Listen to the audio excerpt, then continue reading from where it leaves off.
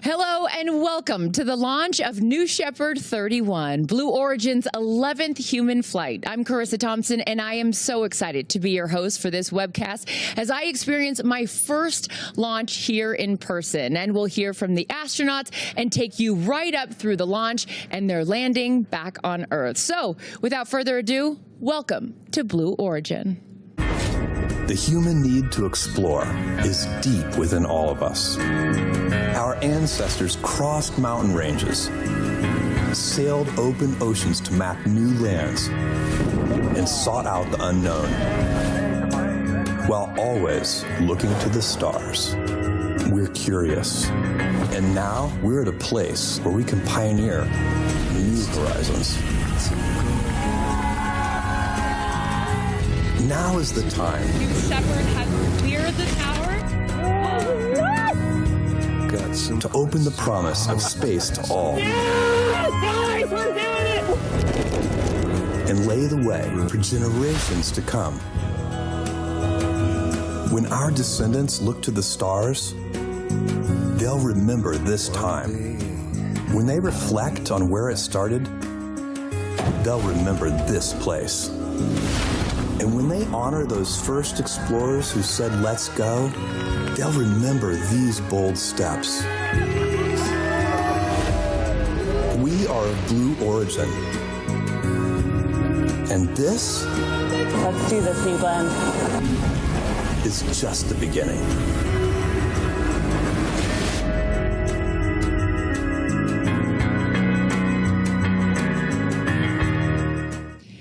And we are live at Launch Site 1 down in West Texas, and we are sitting south of the Guadalupe Mountains and about 30 miles north of the town of Van Horn. It's the home of Jeff Bezos' Blue Origin, which has sent 52 astronauts to space. And in just about an hour and a half, they'll add 6 more to that number. And with that, we welcome everybody into the New Shepard's 11th human flight. Thank you guys so much for joining us here on a beautiful and dark morning. The sun is just about to pop up over there, and I am thrilled to be alongside my broadcast partners for today's space journalist and founder of The Endless Void, Kristen Fisher.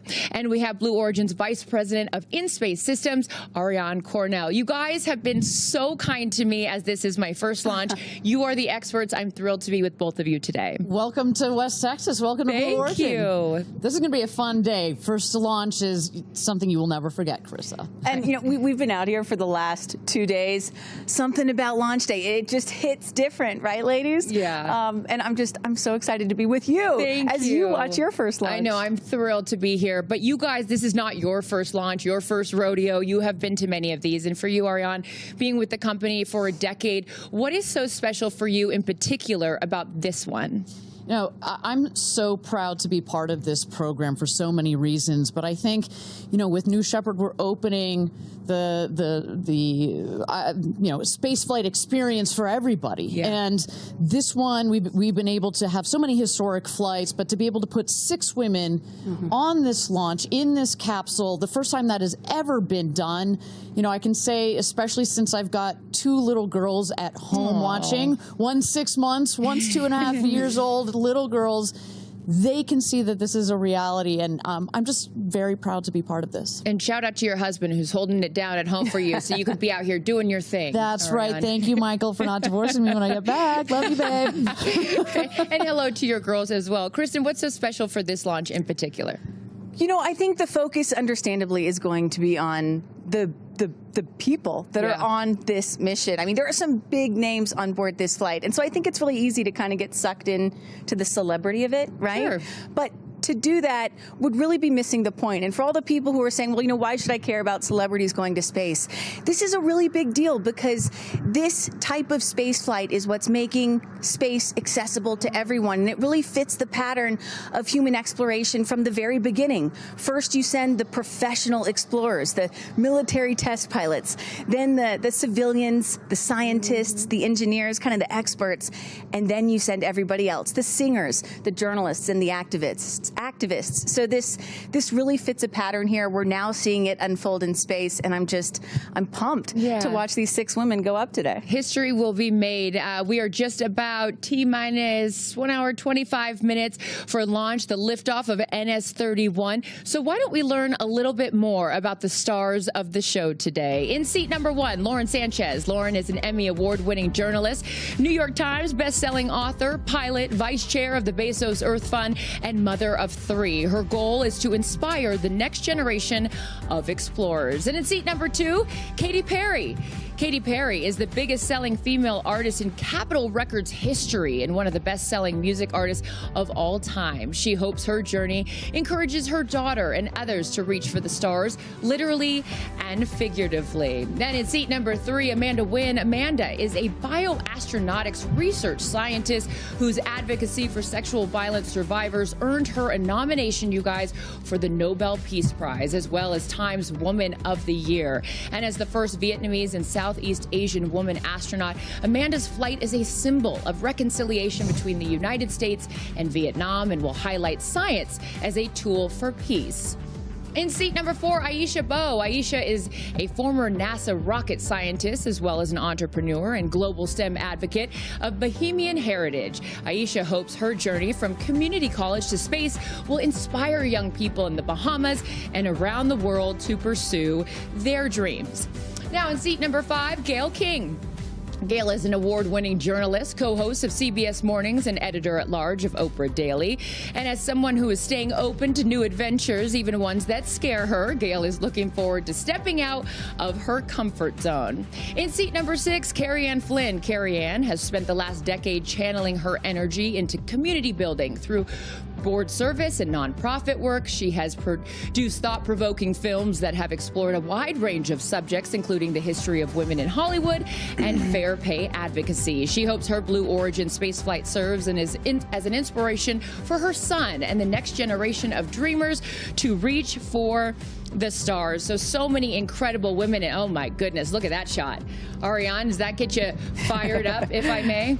No, I love that. What you see is we'll have like excess propellants kind of burning off. That's okay. That's what we're looking at right now is the rocket getting ready. It's getting filled with propellant. We always want to make sure that the temperature, but also most importantly, the pressure in the vehicle is all set. So that's why sometimes we got a little bit of excess. It's okay. There will be many times over the next hour and a half I will look at both of my experts and say, what's happening here? So if you guys, like myself, are new to this, don't feel like you don't know anything, because they will make sure that they get you caught up. So I want to start with you, Ariane. Can you speak to how Blue Origin has developed and evolved this process of commercial flights to space? Sure. So, just 10 years ago, April of 2015 was the first time we launched this rocket ever. NS-1. You see NS-31 on your screen. We've had 30 subsequent flights. We used the first 15 of our launches to test the system. We wanted to stress it to its maximums. A lot more stressful flight profiles than what you're going to see here today, what these ladies are going to experience. We want to make sure that at Blue Origin we completely understood the entire rocket system, the capsule, and not just from a technical perspective, but also from an operational perspective. We want to make sure that our team is well prepared and practiced on this. It's an autonomous system, which means it flies on its own from beginning to end, but there's a very well qualified team behind it to prepare the rocket as well as prepare the astronauts. NS-16, Jeff Bezos went up for the first time, July 2021, and we have had a total of 10 human space flights since then, today making our 11th, and today a historic one. Yeah, indeed. I mean, it should be noted, it's just the 6 women in there. That's only 6 women. It's just 6 women in there. Only. Oh, yeah. I know, but maybe the wrong choice of words on that one. No, but please go ahead. No. It's just to me, again, being new to this field, it's like it's them. They're up there alone, but they're never alone because they've got all the great people here at Blue Origin behind them. And we talk about the frequency of these flights. So, Kristen, having covered so many, does it start to feel routine for you?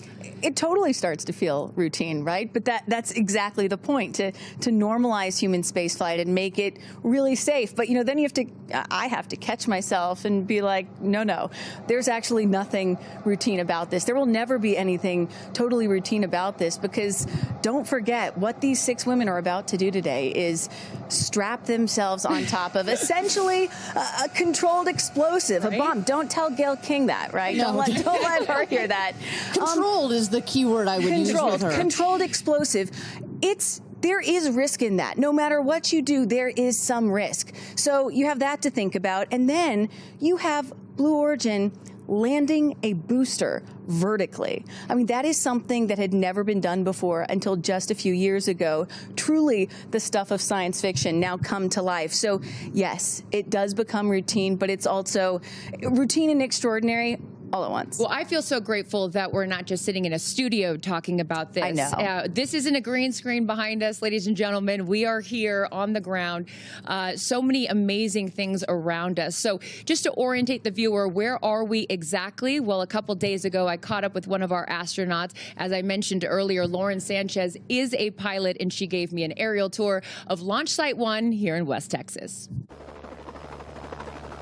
This is West Texas, the home of Blue Origin, and it's just this vast, incredible space. Where did your love of flying come from, Lauren? My dad. So he was a pilot. My dad was a pilot, is still a pilot. He's 84 and still teaching how to fly. Wow. And I love it.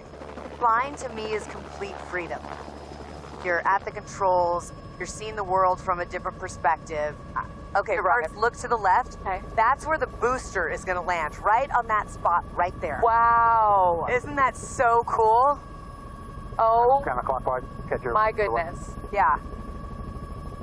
And then look, and then our capsule is going to land somewhere in this vast open space. I can only imagine how you're feeling in the sense that when you sit here in the pilot's seat and you fly this helicopter, and then in 2 days you're going to be going to space. Like that, it just blows my mind. It blows my mind, and I can't believe that we get this opportunity. It's really not about going to space. I think it's about what all of these women are going to bring back, the stories that they're going to be able to tell, the lives that they're going to be able to touch. And also, it's just fun. Yeah. Like, we get to do something that's fun, and I'm really excited about that. Pictures of you. This is where the rocket takes off, by the way. What's really cool about the Blue Origin rocket is that it's hydrogen and oxygen. So guess what the exhaust is? Clean. Water. Clean. Yeah. Water. Why is now the time to do this, Lauren? Why not? Yeah. Now is the time because Blue Origin is making it possible. And it's going to get more and more accessible with each passing year. Being able to share this experience is really what it's all about.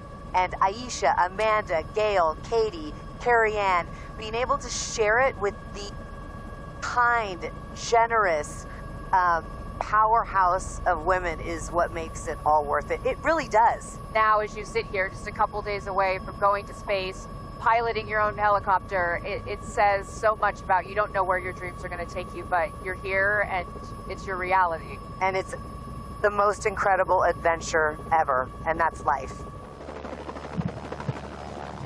It's so impressive that she does that, and while answering my questions for an interview. So we will hear more from Lauren later on in the show. But right now, let's welcome in the 4th member of our broadcast team, Blue Origin's Tabitha Lipkin is over at the Astronaut Training Center. Tabitha, good morning to you. And I know that you got a front row seat there seeing the astronauts as they arrive bright and early today. What is the vibe of the new Shepard crew this morning now that the morning is finally here? Oh, there is so much energy here. In fact, I've already heard happy screams coming from inside the Astronaut Training Center.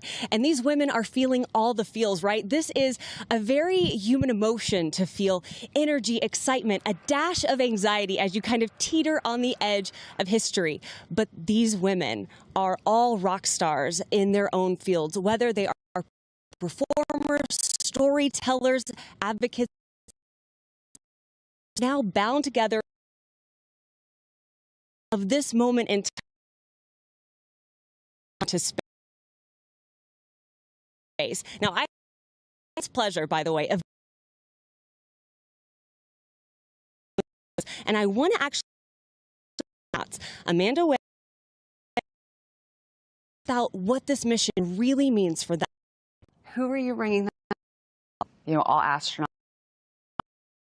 our capsule, our spaceship, traces back to the nautical tradition of ringing aboard sailors. My family learned celestial navigation in order to find their way to freedom on that refugee boat. And so when I ring that bell, I will be thinking of Hiekwa, Goba, Iyo, Mea, the four that were chosen to go into death to seek life. What you think this will mean for women around the world, but also for sexual assault survivors? When I fly, I'm flying, of course, to represent my community. I'm so proud to be the Vietnamese, first Southeast Asian woman, and I'm also proud to be a survivor who is healing. This journey really is about healing. It's just that my healing takes me to the stars, across the Kármán line. When I fly, I want all survivors to know that you will make it through. First off, who are you looking forward to once you come down being able to share your experience with? I'm really looking forward to sharing this experience with my mom. Growing up, she was a teacher. She put that on pause to raise her family, and then she was an entrepreneur. And I'm really excited to be able to share this experience with her. She's been on this journey with me emotionally, and I think it's important, to honor the women that raised us and inspired us, and it's a little bit of giving back when we can share our successes with them. What about a message to so many kids who are watching? One of the partnerships and nonprofits a part of Blue Origin is Club for the Future. So do you have a message for the kids who are excited to watch this launch, a historic launch? Believe in yourself, dream big, and don't let anyone tell you no. It's never too late to fulfill your dreams. So some powerful words that you've heard from our astronauts already. And as I said, it is an exciting and active scene here. This is really a generational event. And throughout the morning, we are going to check back in and hear more from the rest of our astronauts. Carissa? Thank you so much, Tabitha. And yeah, we're going to be checking in with you all day long leading up to launch as well. Thank you so much for that. So Ariane, obviously a whole new experience for these ladies, right?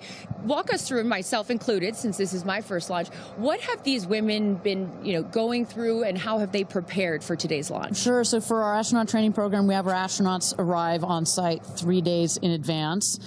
And they go through just 2 days of training. It's 2 intense days of training, but really that is all that they need. So what are some things that we walk them through? What we call ingress and egress, just fancy words for saying how to get into the capsule, how to get into your seat, how to buckle your harness. That's really important. It's a 5-point harness, much like a race car harness. How to get out of your seat. You just kind of turn the click on the button on the harness to get out. How do you also get out of the capsule? We go through emergency procedures, obviously hoping nothing, they don't need to use them, but all of this is about getting them acclimated. More of that. We get them situated with our launch site. We take them out to the tower. We had the good fortune of going up to the top of the tower a couple of days ago. Well, let me throw it back to you.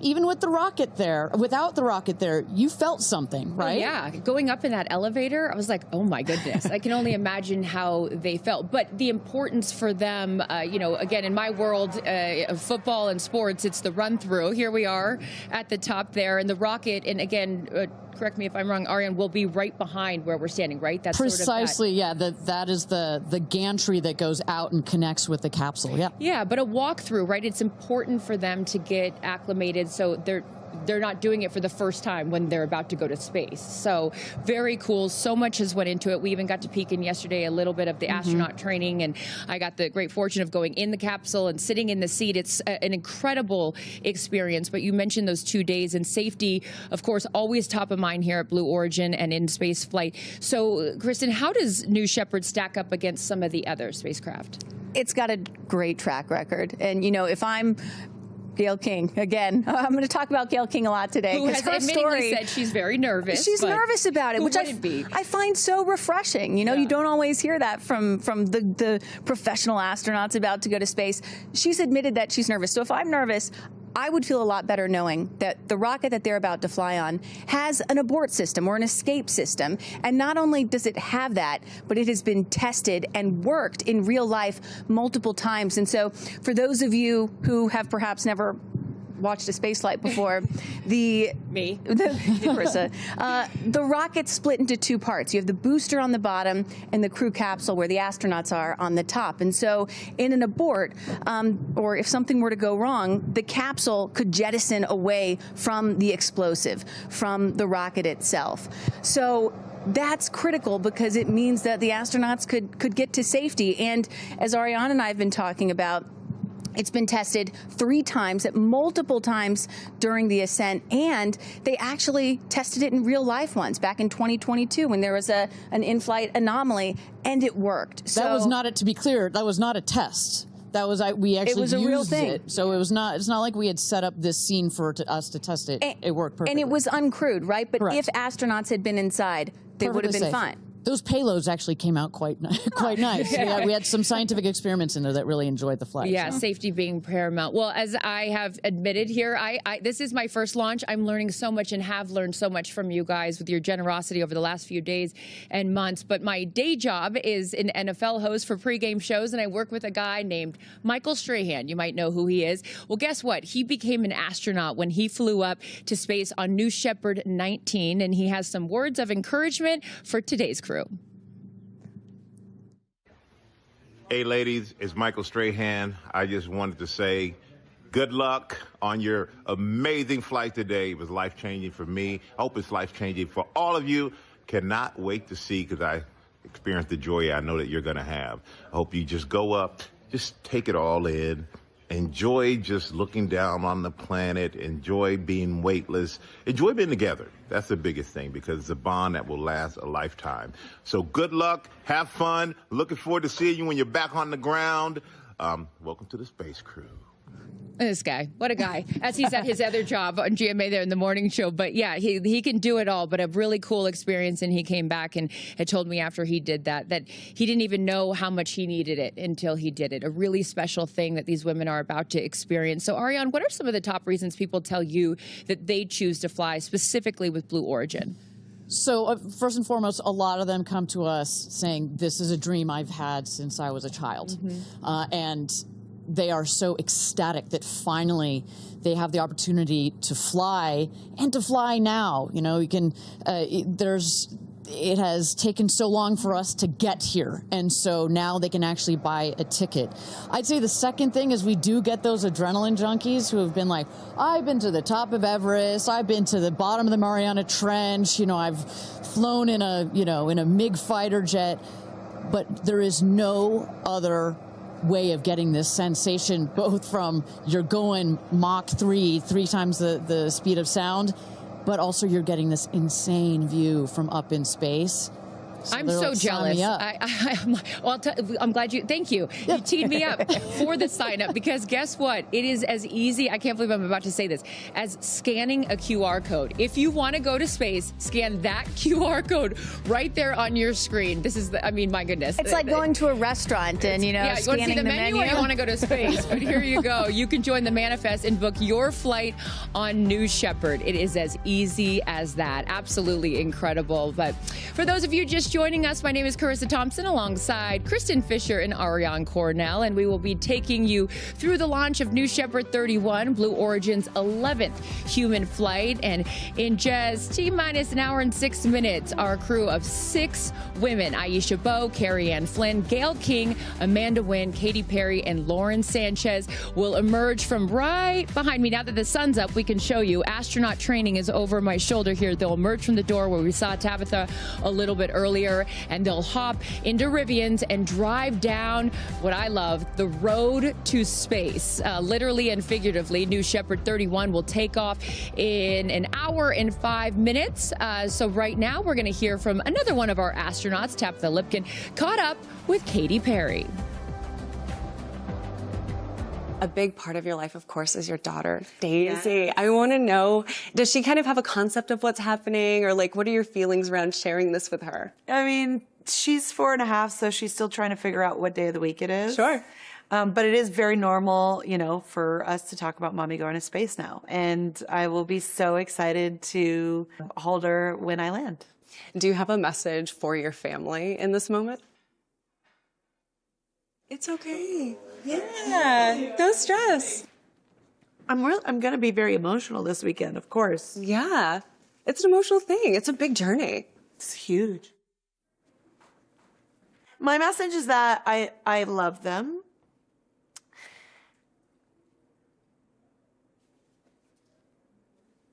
And I can tell.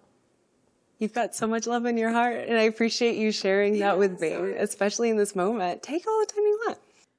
The message to my family is that I love them so much, and I'm so full of love, and I am so grateful to be representing a fearless female in my family, which is a domino effect from my mom, from my sister, and definitely something I feel from my daughter. What are you taking with you to space? I'm taking bracelets that represents the pillars of my foundation that I started with my sister called the Firework Foundation. I'm bringing almost 300 of them so that I can bring them back home for the 6th, 7th, and 8th graders that get to come to Camp Firework. They're going to be so excited. They're going to be very excited. Mm-hmm. It's really for those kids to inspire them as well, to never put limitations on their dreams. I'm going to be bringing a daisy, a real-life daisy from the Earth to remind us that, you know, the Earth is very precious. I'm also launching a tour on April 23rd in Mexico, and I'll be on tour for the rest of the year. And I think it would be pretty cool to reveal my set list for that tour in space. Is that what you're going to do? I just might. We can look forward to it? Just on a little nugget?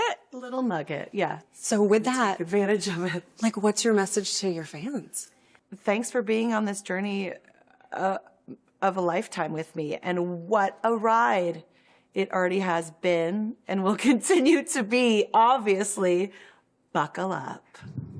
Oh, I love seeing her vulnerable, right? I mean, we always see her, she's tough, she's all this, but showing that emotion, that's a real thing. I saw her little daughter, Daisy, yesterday, and she's wearing her all pink astronaut suit, Love and she it. keeps going around being like, my mom's going to space. It's such a cool thing. And for all of you Katy Perry fans out there, I know there are a lot of them watching. It must be cool to see that. And revealing the set list, which is also very cool up in space. But Kristen, today marks the first all-female crew on a Blue Origin flight. What does that mean specifically for you? It hits home because, you know, my mom was a member of NASA's original 6, NASA's first class of women astronauts. Dr. Annalee Fisher there, and that's my dad, Dr. Bill Fisher on the right, who was also an astronaut. And, you know... Which is incredible, by the way. Like, both of your parents being astronauts is just, wow. And they both, I'm actually wearing the necklace that they both flew into space today. Wow. And so... with my mom, you know, it took that entire class, NASA's first 6 women astronauts, it took them 2.5 years for all 6 to fly into space. You're adorable. And it's so cute. And now, Blue Origin is sending 6 women into space in a single day. I mean, that's progress right there. And then on top of that, my mom was the first mom in space. I was 15 months old when my mom flew, and so I'm really relating to little Daisy, Katie's 4-year-old today.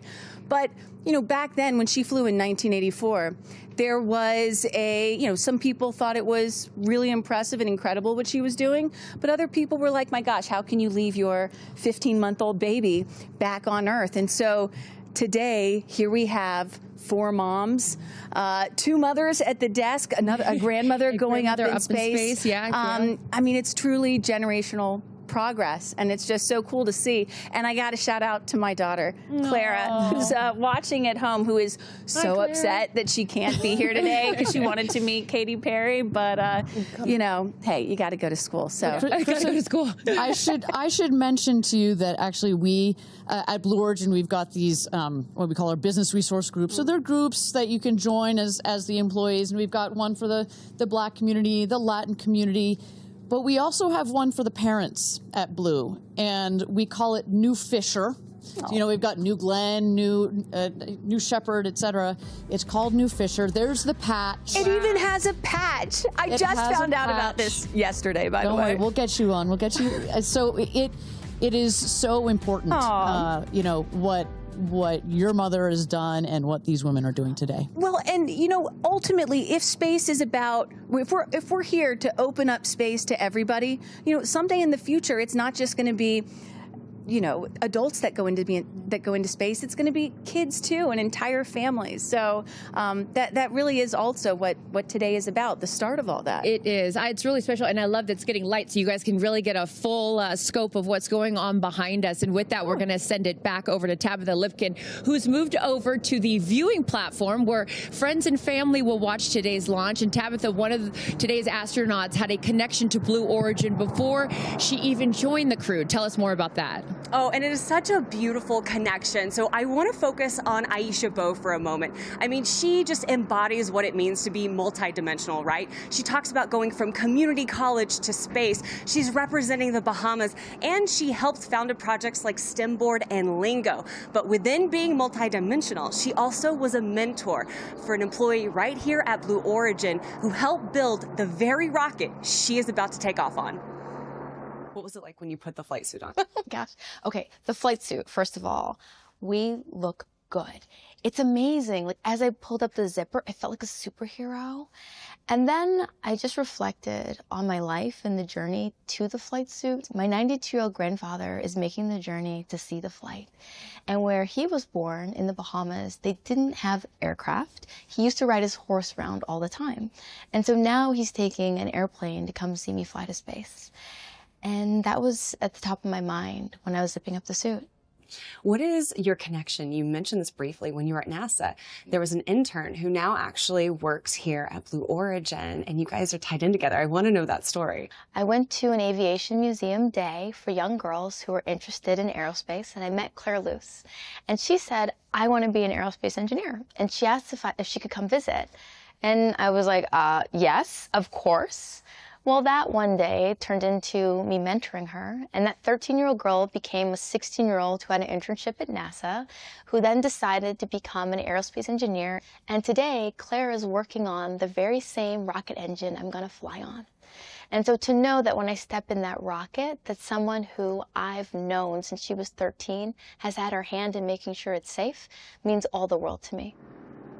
I mean, just an incredible story, right? To have that connection with Claire. And you know, Aisha's also been a big proponent of Club for the Future, which is Blue Origin's nonprofit, where you can get free space-related lessons, but also we're sending postcards to space. And Aisha specifically is sending postcards all the way from India, Kenya, the Bahamas, and all across the United States. Pretty remarkable. Oh, that's such a great story. Thank you, Tabitha. We will check back in with you in just a little bit. But in seat number 1 will be Lauren Sánchez, who has seen her fair share of human flights from the ground. And I had a chance to catch up with her to discuss her flight to space.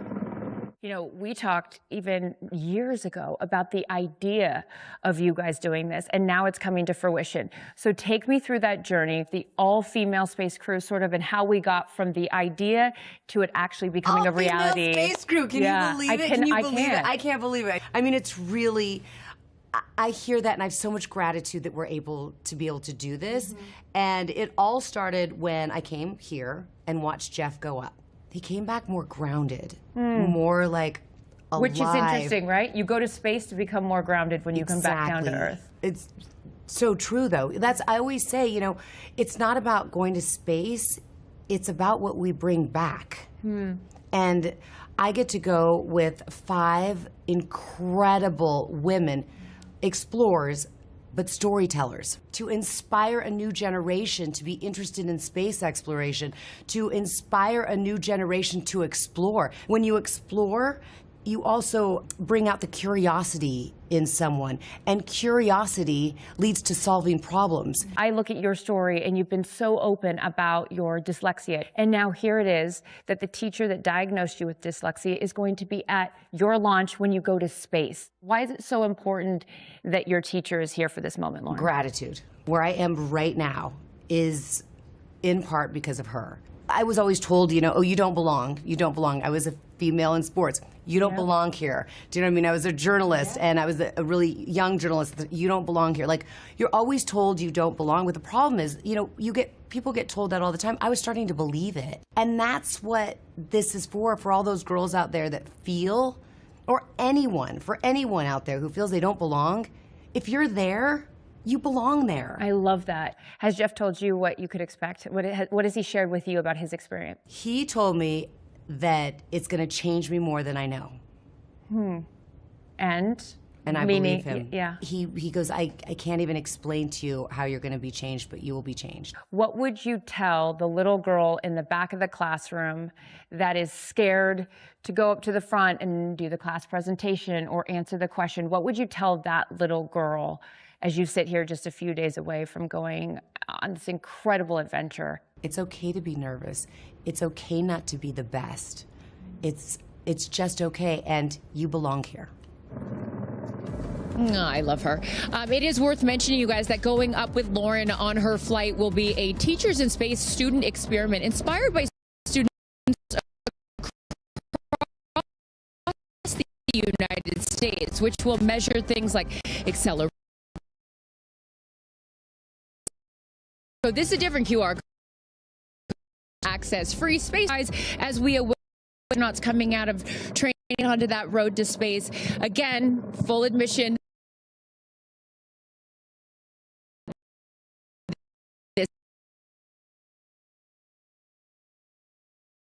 is my first launch. I don't know how this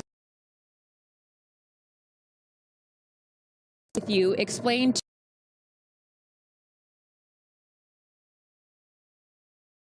going up in today. What we're going to end time for this mission, only about 10 or 11 minutes. And so it's going to start on the left-hand side of your screen. That is liftoff. Then there are two parts.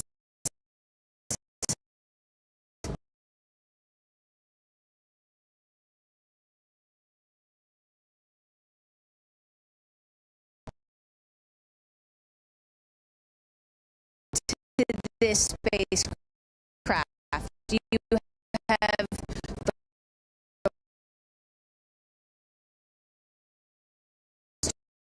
the is going to come back and vertically until just a few years ago, incredibly difficult to do, and then that crew capsule is going to descend with the assist of 3 big parachutes and come down to a nice cushy landing on the desert floor. Again, total make time it sound so 10 easy. to 11 minutes, right?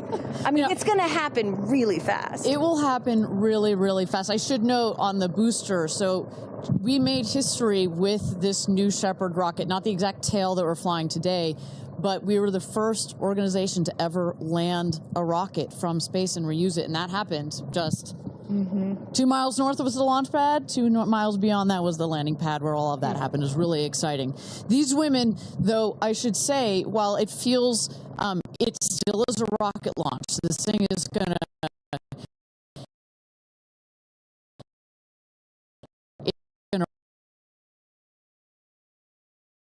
rattle. It's going to rumble. It is loud.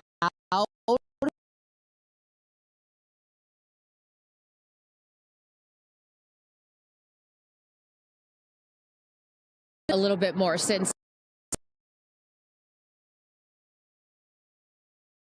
and right there. Now Ariane's next. Sure. So the astronauts, here you see Amanda, there's Lauren, Kerianne. So they're gonna get there's Katy and Aisha. So they're all gonna get into the Rivians. Look at Gayle bouncing up and down. She doesn't look nervous at all. She's ready to go. So they're going to get into the Rivians. They're going to drive just behind us. We can already see the friends and family starting to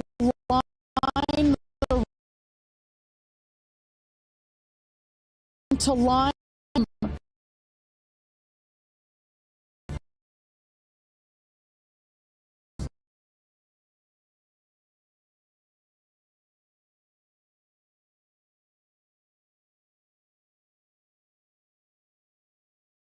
right in front of Katy. Look, one of those river one in the foreground, backing up. That is Sarah Knight's. And just right now, because we're about to go to go pull for astronaut load, let's take a listen. 7. Moving on, Capcom. Go. Engineering. Go, great boy.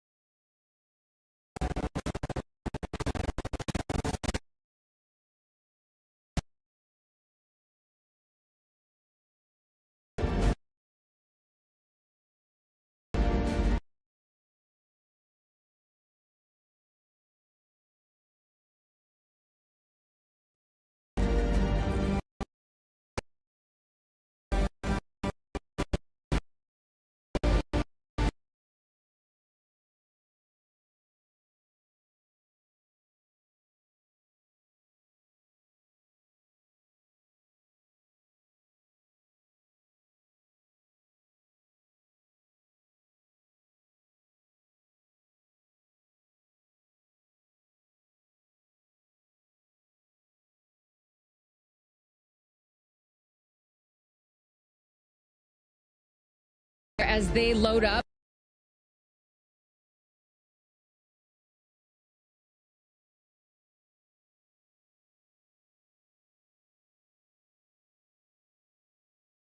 Rivian's here road to stop there. They will out, take a very quick photo, and then get back in the Rivian.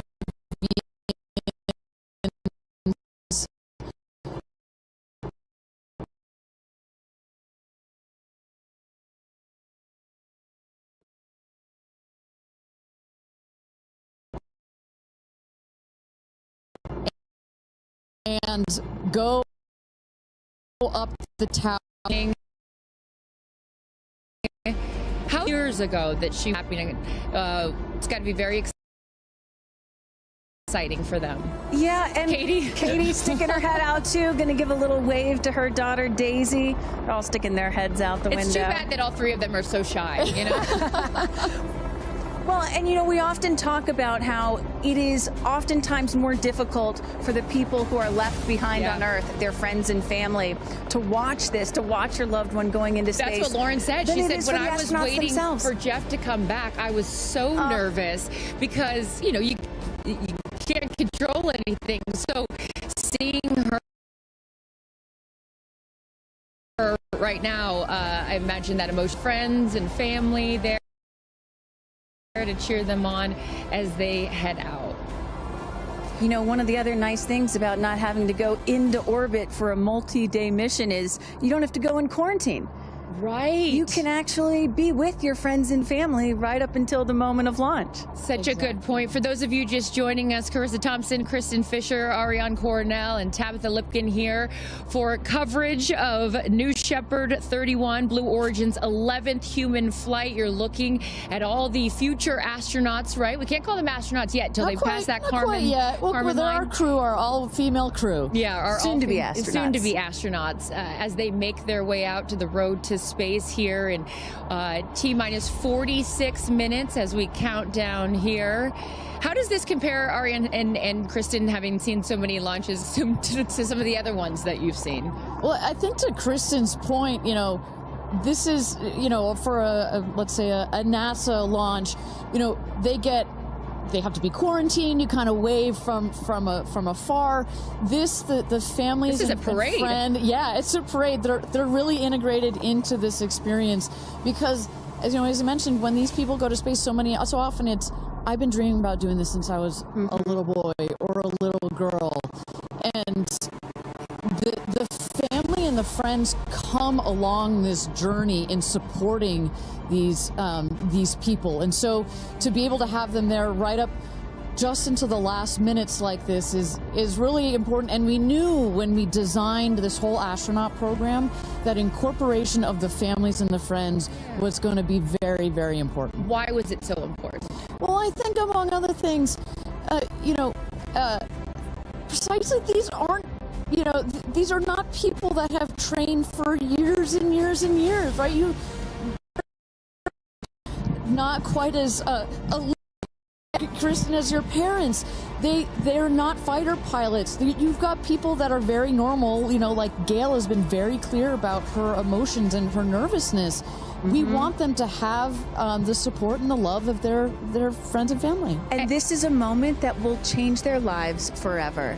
It is a moment, getting that chance to see the Earth from space is something that will forever change their perspective. They will come back slightly different people. And so for a moment like that, and here they come. Yeah, as right they're by our stage. right over our shoulder here is our set as we wave to the incredible women here.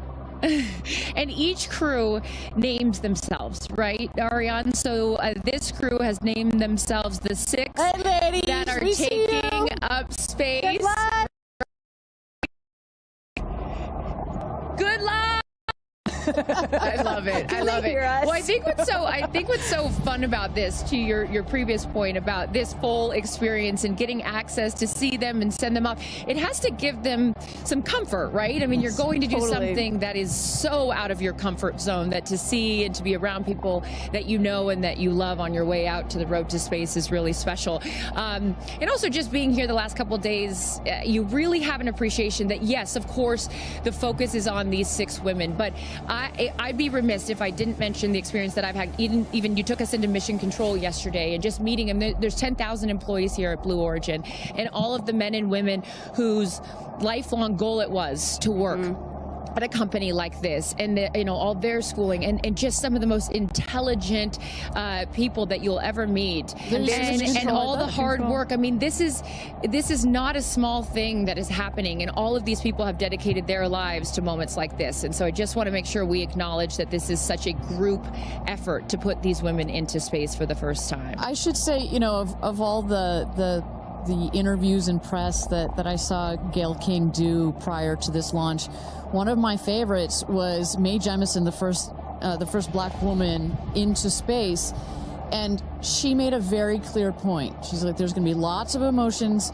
on I want to say game day, on launch day. It is game day. On launch day, but as you can see, she's got tears in her eyes already, and just know that you have some of literally the world's most intelligent people that are taking care of you, that are watching this rocket, not just today, that the energy that has been put into this vehicle over the last several years, the several months that have been taken to plan this mission, and in the last final days and hours as we check the vehicle, we only send them out there and only send them up into space when everything is ready. We take this very, very seriously. And as Kristen said, yeah, this feels like it's getting a bit routine, but every mission is not routine for us. We make sure that we take it seriously. It is routine, I should say, but it is... That's a good thing. It's a good thing, and our team is paying attention, and no detail is missed on the day of. And there's a saying that spaceflight is a team sport.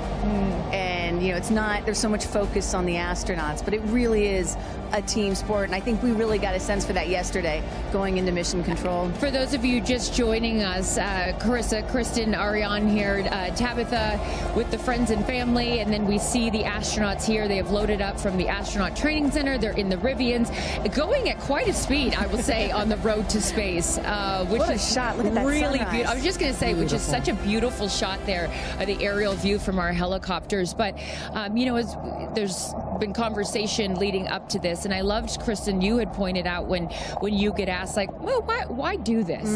And you had said something that I thought was so interesting. It's like, well, then why travel? You say it more eloquently than I can. There is, of course, criticism, right? Like, why should we care about this? Why should we care about your average person, even though these women are not average? Why should we care about them or celebrities going to space? Or why should we even be going to space, period? And my answer to that is, well, why do we travel? Why go to Paris? Why go to London? Why go to Japan? It's because it does something to you that's different than just looking at a photograph. You experience it in a different way, and it changes your perspective. It makes you a better person. It makes you understand other cultures and civilizations and other people. It makes you have more sympathy, and you hear about the over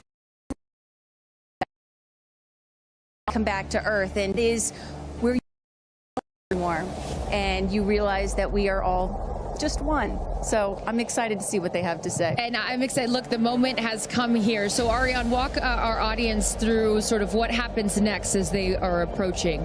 Sure. So they have just driven down the road to space, the 2 miles. They are going to go to the north end of that circle and jump out of their Rivians and take a cool shot, a photo that is, with the rocket in the background. Again, all of this is very tightly choreographed, and we want to make sure that they do this quickly so that they can get back in the Rivians, go back around the circle to the base of the tower. At that point, we're going to get them into the elevator that will take them up to the south tower. That's the one in the background.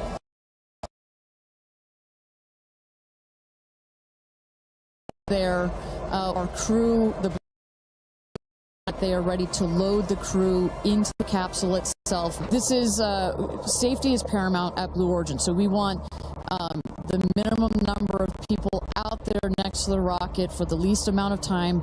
So we keep it fast. We keep all these procedures tight.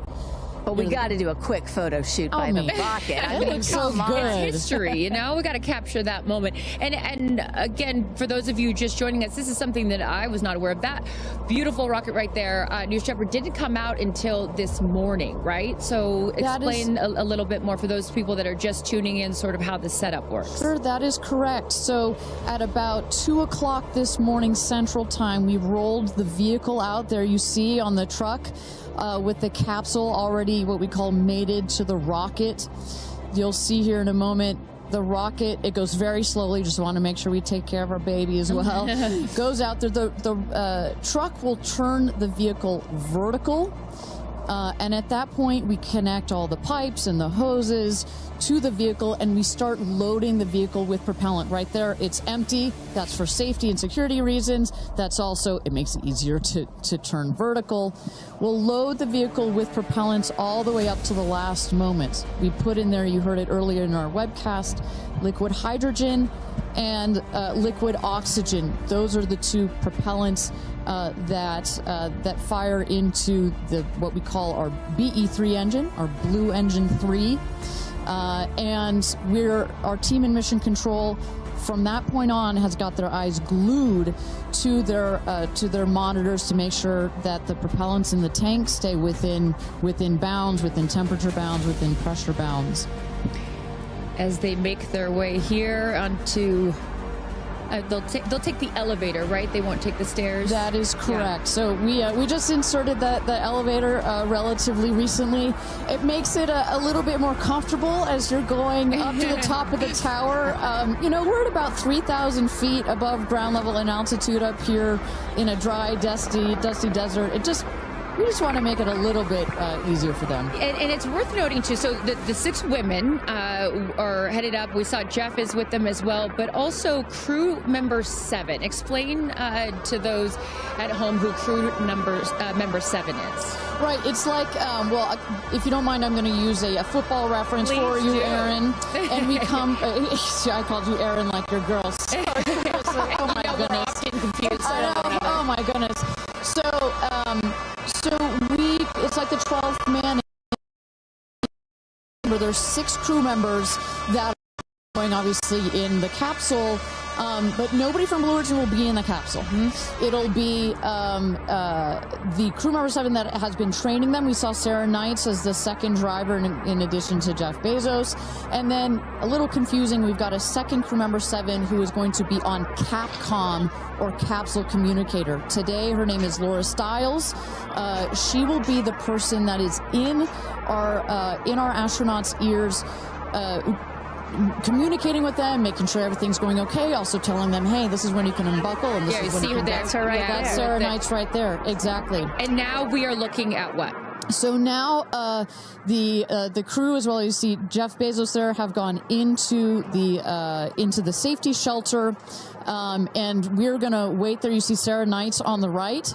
She's gonna just communicate with the Blue Origin team that is at the other tower just next to the rocket to make sure that everything is set and sorted for them to do their final load. This happens very shortly here. We clock it at about T-minus 35 minutes, but we'll only do one already. And in case some of you are wondering what a safety room is or why it's there, it's, again, what Ariane was talking about. You want to keep these astronauts as safe as possible for as long as possible. Of course, they'll be safe when they actually get in the rocket, but just in case anything were to go wrong, we had the chance to go inside this room a few days ago, and it is, I mean, is it a bomb-proof room? Do you want to say that? I mean, it is. It is. Yeah, and you feel it when you're in there. You're like, oh gosh, now this it is feels real. Yeah. And after going up that elevator, you know, for us, I think that's the moment where we weren't even going into space, and all three of us were like, whoa, okay, it gets real serious. Yeah, but I love the access that we obviously have in being able to see these women before they go up. For those of you just joining us, we are T-minus 34 minutes to launch for NS-31, Blue Origin's 11th human flight.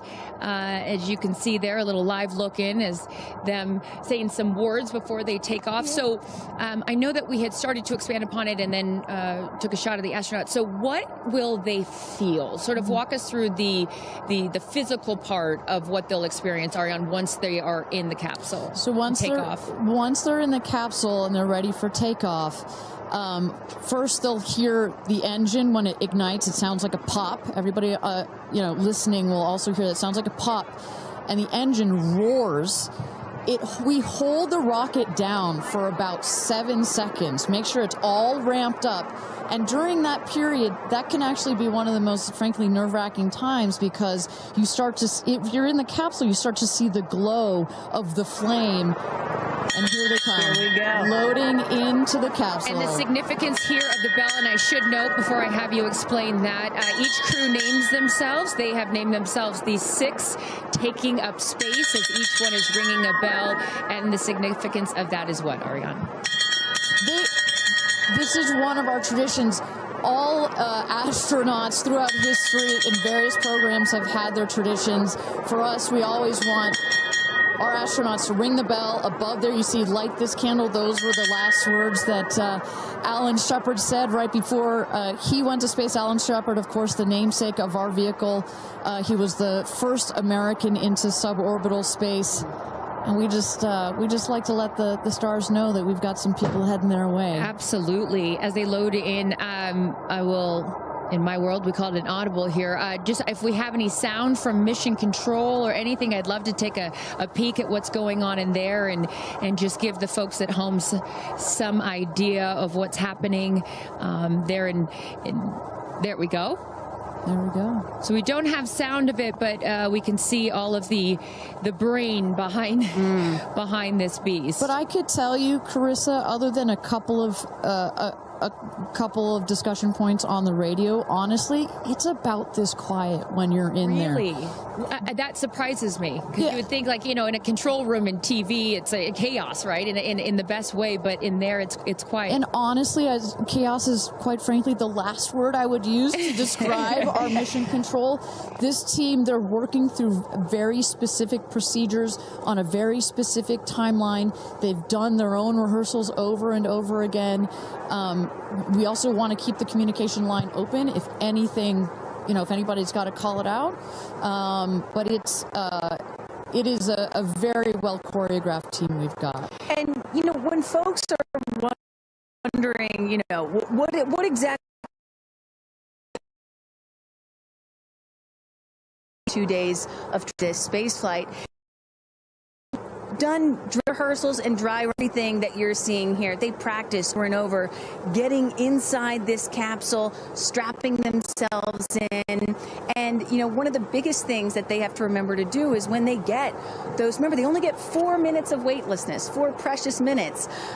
They have to unbuckle and then buckle back in at the exact right moment. So those are some of the things that they're learning to do and practicing while they're training in that building right behind us. As we look at new Shepard 31, the 31st mission, the 11th human flight here for Blue Origin. We are T-minus 30 minutes. Carissa Thompson, Kristen Fisher, Ariane Cornell with us, and Tabitha Lipkin at the tower. I am going to be leaving here in just a few minutes. I'm going to go to fallback 3, an area. Then I will wait for the capsule to land. I'll wait for the recovery team to come out and then bring you interviews from each of our astronauts as they arrive back here on Earth. I cannot wait for that. Again, we've seen them load now into the capsule, and I just would love, you know, some more play-by-play, Ariane, of sort of what now this process looks like, as it's all new to me, and for any of you that are also joining us for your first launch, welcome. And now we'll let the experts tell us what's going on. So you saw them loading. You saw them loading into the capsule. They are getting into their seats. They're getting into their harnesses. It's a 5-point harness, so clicking them all in. All right, we're hearing that Capcom right now. Sorry to interrupt you, Ariane, which is short for capsule communicator, and ready to do the astronaut comm check. So let's take a listen. Laura Stiles has the mic.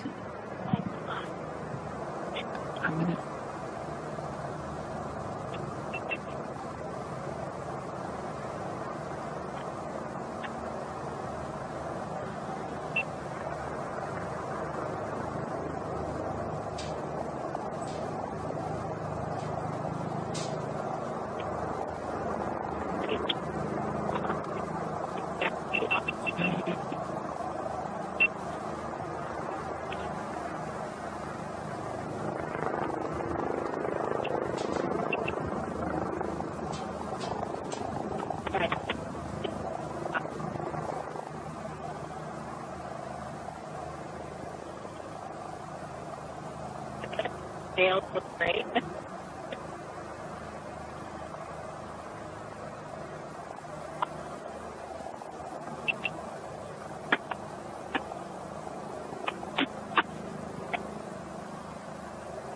Right.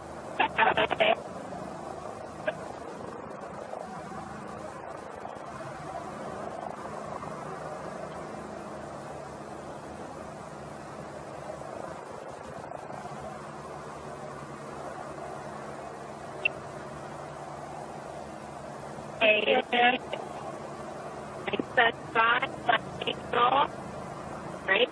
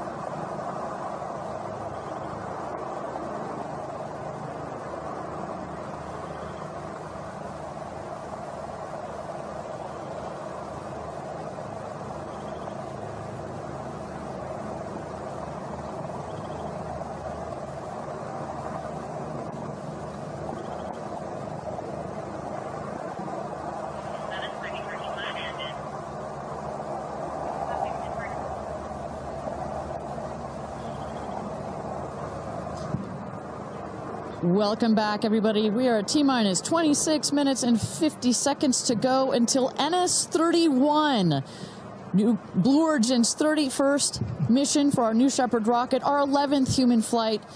I'm Ariane Cornell here with Kristen Fisher at the desk. Carissa Thompson has left to get into place for her viewing spot for the launch. We are waiting on Capcom, or the capsule communicator, to run the comms check with our astronauts. But Kristen, we were just talking a second ago about, what's going on here. You see our crew member 7, Sarah Knights, who's coming out of the capsule there. She has helped load our crew into the capsule, has done just a double check, making sure those seatbelts are nice and tight, as well as made sure that the earpieces and everything are set for our astronauts. I should note, just as we give kind of we got this beautiful aerial shots this morning of the rocket. We have these sunshades you see on the at the top of the capsule, that kind of white square. We've got one there in the foreground, and coming around you'll see another one on the back. Those windows are so large that it can kind of act like a greenhouse in there, and especially down here in the West Texas desert, it can get a bit toasty in there. So we've got some nice sunshade for their comfort. And I love that we can see some of the crewmates inside the capsule as they're getting strapped in. I think you could see Lauren Sanchez right to the left of the hatch right there from that camera shot. So pretty cool that you can see them this close to lifting off. You know, Ariane, I have to say, on my break in, we got experience. Jeff Bezos here. Yep. I'm so excited for you. I don't want to get off. I want to go with you. And when you get back, I can't wait to hear how it's changed you. I love all of you. See you soon. Godspeed. Gradatum ferociter. And there you heard it. Some words of support from Jeff Bezos, founder of Blue Origin, also astronaut himself from our first launch.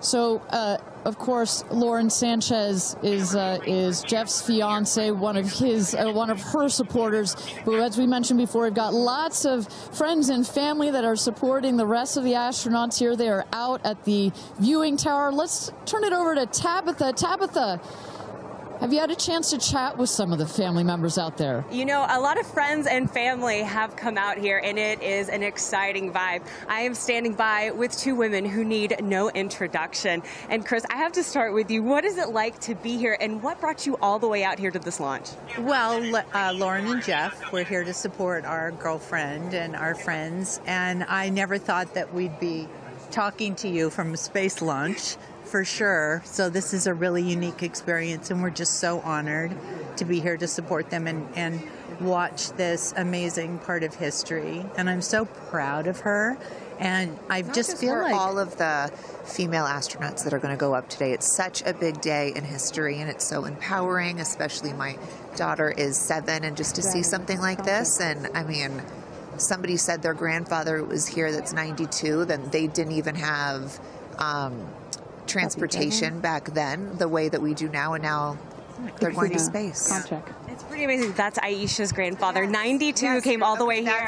That's where the story, I was like, I heard this story, and you know, he had no airplanes, nothing back in his day. Now he's seeing his granddaughter go into space. That's a beautiful thing. It's really incredible. And how does it feel also to be able to share this with multi-generations within your family? It's really something. It's just Kim keeps writing us because she was supposed to be here with us, and she's studying for law school, so she had a big test that she had to take. Again, something I'm very proud of, but she just keeps calling, going, I have such FOMO, tell me every minute of it. So it's very inspirational, and just super proud of the girls, every one of them. And it's a very brave thing to do, and I think it also just says something, like Chloe said, to my 13 grandchildren. Yeah. And what can you say to that too, for your children? Oh, I just think it's really whatever you dream of is in our reach, especially in today's day and age. And dream big, wish for the stars, and one day you can maybe be amongst them. That's so beautiful. And just before I send it back, any last messages to the astronauts before they take off? I think just great luck.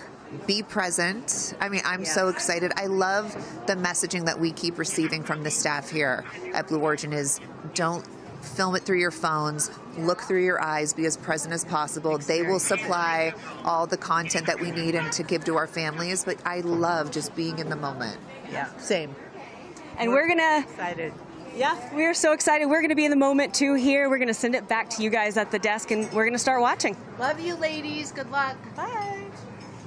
We had no idea that Chris and Chloe were going to be here, and we're about to be interviewed by Tabitha. So that was a nice little treat. They sure looked the part, you know. Oh, they're ready for their day out here in Texas. I love it. Yeah, and you know, for those of you watching, we're really in the middle of the desert. We're a solid 2-hour drive from El Paso. And as you were saying yesterday, Ariane, you know, you really get the sense like you start in El Paso and the more you get out here, you do start to feel like you're on another planet. I mean, it's got quite a moonscape, Marscape vibe. And our guests that are here today, as we just saw in Chris and Chloe, are dressing the part. Well, so let's bring it back to the real stars of the show, our astronauts. And one of our astronauts that we haven't heard from yet is Gayle King. She has obviously a lot of emotions going into this flight. Let's hear what she has to say from this interview with Tabitha Limkin just a couple of days ago. When I made the decision to come, there were only 3 people whose opinion matters to me the most. Favorite daughter Kirby, favorite son Will, and Oprah. That's my kitchen cabinet. And all of them said, I think you should do it. All of them, much to my surprise, including Oprah. I really thought she was going to say, nope, I don't think you should do it. And she was like, do it. She said, I really think you should do it because you've been talking about it. And when it comes back and you're not on it, you're going to be kicking yourself saying, I could have gone and I didn't. And I don't want to have to hear about it for the next few years. And, you know, I think everybody in this group is a storyteller and explore, and to be able to take this message and tell other people what it was like from our different perspectives, I think is very significant. Do you have a message for the kids watching? You should always know that no dream is too big. You know, we have someone, Aisha, who was told when she was a kid, your dreams are too big, you need to dream smaller. No child should ever be told that. And so I want people to know no dream is too big. And also, LL Cool J said this to me once, dreams don't have deadlines. Isn't that good? That is real good. Dreams don't have deadlines. I've never forgotten that he said that, and I believe that as well. What are you taking up with you? Oh, I have a bunch of stuff. I have Luca. I wanted one of his favorite toys, so I have a Sesame Street character called Tamir. Tamir is this little black boy with great curly hair, so Tamir gets to go to space. I have a wooden cross that you can hold in your hands. It fits like in 3 prongs. And a stranger came up to me at the airport.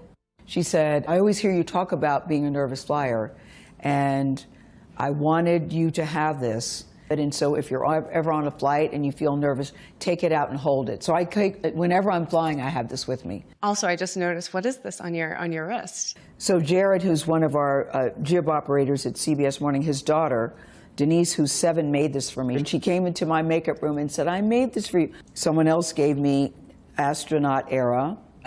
That's pretty great. Space sister, Amanda just gave me this. I mean, so I feel that I feel I'm pretty well protected. Absolutely. I will say this, as excited as I am, I'll be very glad when we come back down. I will be very, very, very glad about that. Well, clearly we heard Gayle there and prior to coming down here in Texas, nervous and excited at the same time, but one of the things I like about this is that she just makes it real, you know? Regardless of who you are, this is a nerve-wracking experience, and the fact that she's so authentic about it, but also, more so, she is stepping so far out of her comfort zone. I think that in its own right is extraordinarily inspirational. I think most people would feel the way that Gayle is feeling right about now. I would. If you're about to launch into space. You know, one of the things that I find so refreshing is that, you know, back in the early days of human spaceflight, you had the Mercury astronauts, and they were all white male military test pilots, and they all had to have the right stuff. You could never talk about nerves or being nervous or your feelings or stuff like that. That was the wrong stuff. But now, in 2025, it is the right stuff to be like Gayle King and talk about those concerns and fears and excitement that you have before launching into space like that. And that really shows you just how much the human spaceflight experience has changed over the last half century or so, and that really is what today is all about. I know there are some people watching this or who have heard about this who are thinking, why should I care about people going into space, you know? Katy Perry, a famous pop star, why should I care about that?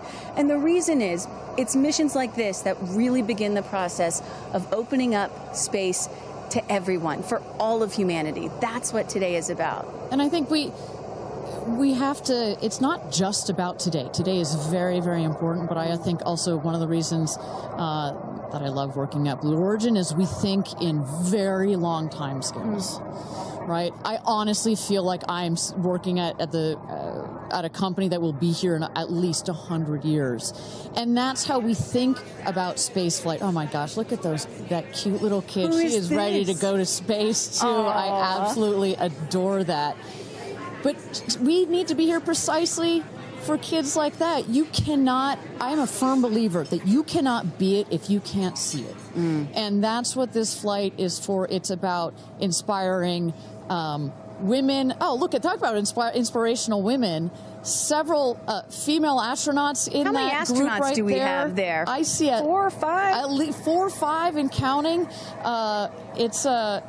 It's a tight group that's only going to get bigger of those female astronauts there. You see Kelly Girardi and Cyan Proctor. I see Emily Calandrelli, Sarisha Bandla. I mean, just an incredible group of women that have gone to space already. And after today, in just 15 minutes, we are going to be adding 6 more to that group.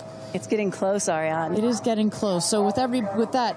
Thank you again, everybody, for joining us for NS-31, our 11th mission, human spaceflight mission to space here. We are at T-minus 14 minutes and 30 seconds, just to give you a little bit of a preview of what is to come. At about T-minus 10 minutes, we are going to have the go, no-go poll. We're going to throw it back to mission control audio. And basically what that is we go through each of the important subsystems, and our flight director, shout out to Michelle Christensen, our flight director, our first female flight director at Blue Origin. She is going to lead that poll, and we're going to go to each one of the groups and say, are you ready to go for this flight? Is your subsystem ready to go for this flight or not? And they will go around the room, and with the final go, no, go, it will be game time here in West Texas for this launch. Look at that. Now, this child is a little younger than you were when your parents went to space. A little bit older. Oh, excuse me, a little older, pardon me. Yeah, because I was just 15 months old when my mom flew in space. And, I think about what it must have been like for her to be a first-time mom and training for her first space flight all in 1 year. And she was a part of NASA's original first 6 women astronauts alongside Sally Ride. Of course, it took them, those first 6 female NASA astronauts, 2.5 years for all of them to fly into space. Now, today, Blue Origin is going to send 6 women into space in a single day. I mean, that's pretty cool right there. Incredible perspective. Also that, was your mom just 6 months? You were just 6 months old when she started training? She was assigned to her first space flight when she was 8 months pregnant with me.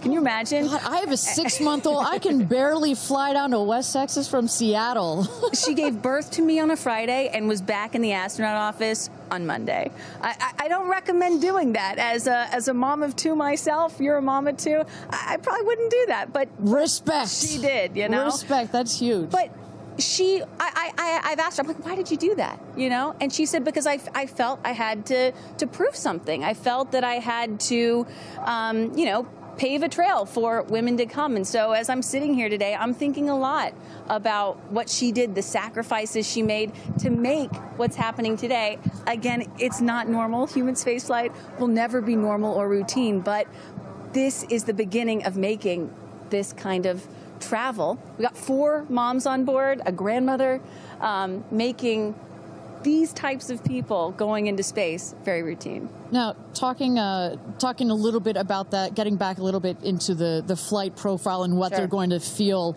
as part of this now routine flight. So The 6 astronauts are currently in the capsule right now, all strapped in, ready to go. Their audio is working. We are waiting for the T-10 here for the go no go poll. At T-0, you guys are going to, all of us will hear the pop. That's the ignition of the BE-3 engine. It holds down the rocket for about 5, 6, 7 seconds. Inside the capsule, they'll start to see the glow of the flame, and then they will lift off. They will take off. They are in a somewhat reclined seat, and they'll start to feel the G-forces on their body. And so kind of like sitting in a car that's accelerating, it pushes you back against the seat. That's the same here, except they're going up. They will accelerate to they'll have 3 Gs. So here on Earth, we're at 1 G. When you accelerate to 3 Gs, so like if you're 100 pounds, it feels like you are then 300 pounds. But Kristen, crazy. It's crazy. But in that reclined position, it's dispersed across your body. Bad. It's not as bad. It kind of feels like a weighted blanket. Oh. And then it nice eases and cozy. up. It's nice and cozy as it gets nice and dark. I'll take a weighted blanket right about now. But they're not. Don't worry, it's going to get nice and dark, but there's no sleeping on this. They are going to have the most incredible view out of those windows. The capsule will separate from the booster. That's when they're going to feel weightlessness. They'll get the about 4 minutes to unbuckle, enjoy the weightlessness, enjoy the insane views out of those windows. They'll buckle back in, come back through the atmosphere. That's actually when they're going to have the peak G-forces. They peak at about 5 Gs. Which is kind of counterintuitive. You wouldn't think that you would feel the max G-forces on the descent, but that's when you do. But that's when you do, and it's kind of like, because you're coming back through the atmosphere, right? It's thin up there, you come back through the atmosphere, it's thick. It's kind of like diving into a pool. It kind of goes spoosh against you at 5 Gs, but then it eases back up, and we deploy the parachutes, and they come floating down at about 10 to 15 miles per hour for a nice soft landing here in the desert. At the last second, there's an air cushion that comes out. Go. Booster. Here's go no go, Paul. Go. Ground. Go. Inco. Go. Safety. Go. Capcom. Go. Engineering. Go. This is the flight director. New Shepard is go for launch. Booster, commence terminal count. Protocol flight. Yeah, baby. Go for launch. My favorite words. It's getting real. T-minus 8 minutes and 51 seconds. Until our 11th human space flight, the first all-female crew flight to space. All 6 of our astronauts are loaded in the capsule, waiting for just 8 minutes and 30 seconds to go here. Now, Kristen, we just kind of walked through the flight profile, what it's going to feel like for our astronauts. Oh, we got Carissa up on the tower to chat with more friends and family. Carissa, who you got out there? I don't need to introduce the incredible woman. I don't need to introduce the incredible woman next to me, who is a ray of sunshine. Oprah, you are wearing yellow because Gayle's call sign is sunshine. Yes, right. And all of us, the whole family is wearing yellow today. And I you know, we've been friends. It'll be 50 years next year. We've been friends since we were 21 and 22. And I have never been more proud of my friend than today. Never been more proud, because this is bigger than just going to space. I mean, I think for her, who anytime we're on a flight, she's in anybody's lap if there's the slightest bit of turbulence, has like real anxiety flying. And this is overcoming a wall of fear, a barrier. It's I think it's going to be cathartic in so many ways for her. She told us that she was surprised that you told her to do it. Why did you want her to do this? Because I think life is about continuing to grow into the best of yourself and the fullest expression of yourself. And I think that this is one of the most fullest expressions you can possibly have. And I know that I felt deeply that she would regret it. And I didn't want to hear about it for the next 15 years. I wish I had gone, you know. And I said, there's only one time that all the women are going up for the first time. You know, there will be other trips, but there's only one first time. Incredible. So to be a pioneer is great. What was the last conversation you had with her? I said, peace be still. Hold the God's unchanging hand. He's got your back. That's it. That's Gosh, it. I know that as we're counting down here, we're getting excited for that go for launch moment. How are you feeling as her best friend? I feel so calm. I don't think I've ever been more calm because I think it's already done.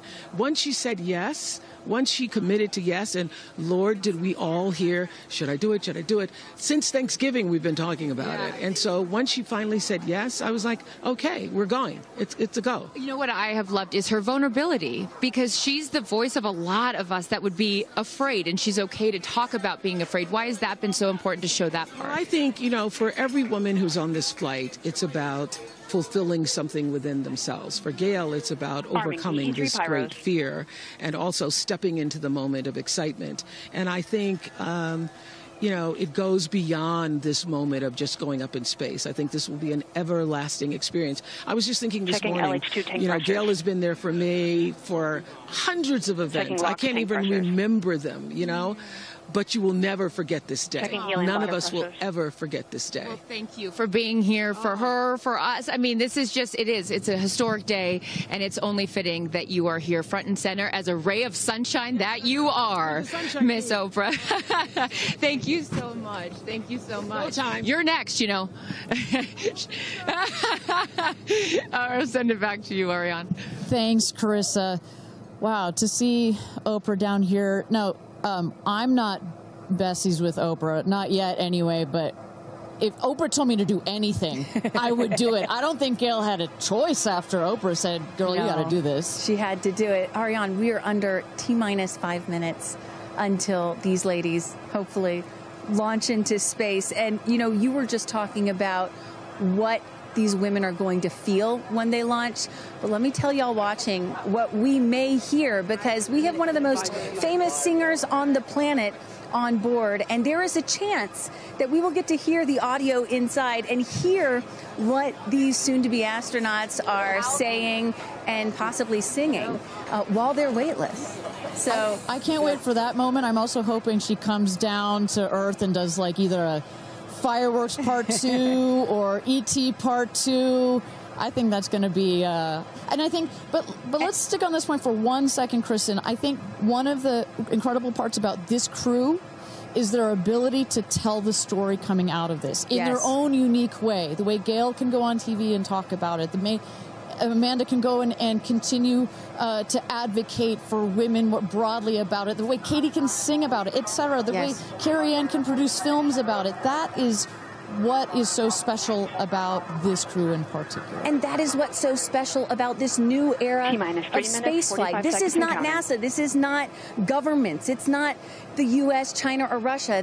This is the commercial era. These are private companies, and this is Blue Origin sending the first all-female crew into space since 1963. And this is all going to happen so fast in just a few minutes, about 10 or 11 minutes from launch to landing. And don't worry, guys, I did the math. In case you're wondering, total duration of this mission is just about 3 Katy Perry fireworks songs. So play that song 3 times. That's how long this mission's going to be. Fantastic. Well, so at T-minus 3 minutes to go until our 31st launch of New Shepard, our 11th human space flight. Just to tell you what's coming up here.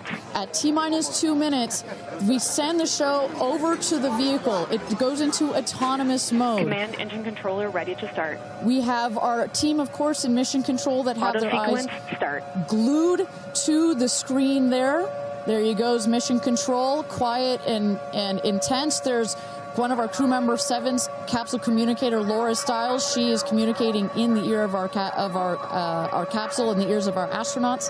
But what we're going to see in the last 2 minutes, you'll see the fins at the base of the rocket gimbal or just move back and forth. We want to make sure they've got free range. At the base there, you see the nozzle, the engine peeking out. The engine as well is going to gimbal, going to move. Both in conjunction together, those two systems. Propellant tanks to flight pressures. Those two systems guide the rocket. And when you are out there at this moment, this rocket feels like it is alive. It feels like it is a living, breathing, hissing thing, right? And there's the gantry pulling back from the rocket. T-minus 2 minutes and counting. Transition to onboard hydraulic pumps. And this right here is the moment that they've been training for. 2 days, becoming a crew, becoming a team. After you go through an experience like this, it's more than a team. It's almost like a family. You are so tight to go through something as intense Executing as this. aft fin built-in test. And everything looking really good, Ariane. So far from mission control, everything is clean and green for this launch. T-minus 1 minute to go here.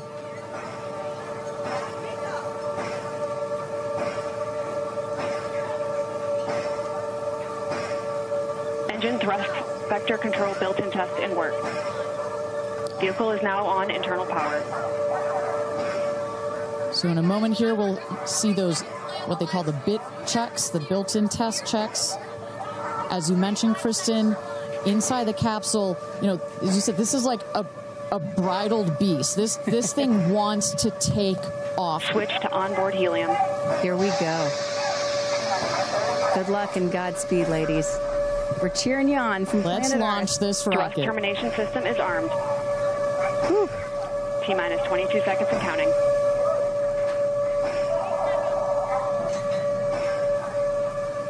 Go to internal.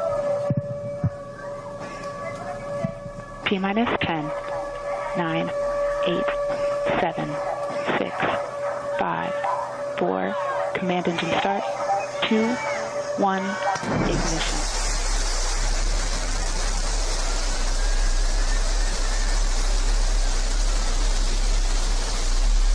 Liftoff. New Shepard has cleared the tower.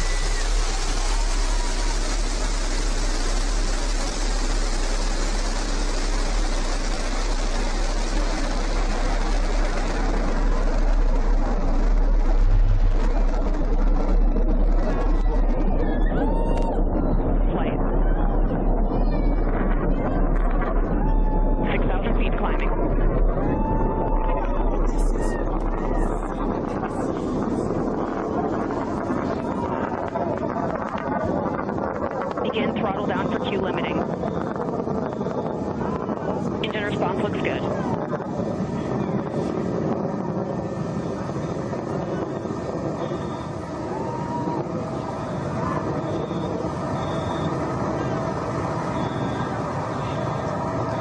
Max Q, maximum dynamic pressure.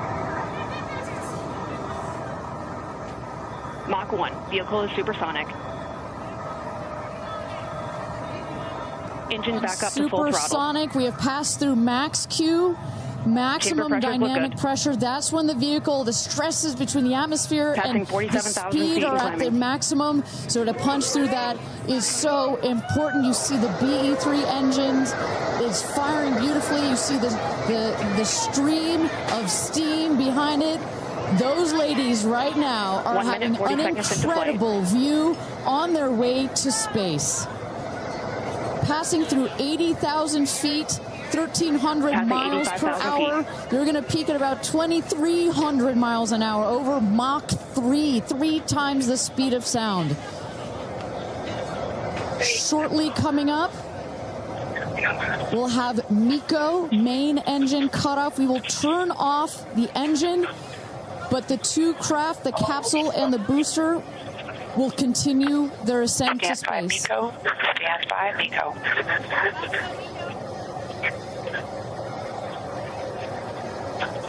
And our... And there you saw the main engine is turned off. We're now going to separate the capsule from the booster, and at that point, Kristen, that's when all 6 astronauts are going to start to feel the weightlessness, and shortly thereafter, we're going to let them unbuckle. Separation is confirmed. And that right there is the most critical milestone of this whole ascent. Oprah watching her best friend go to space.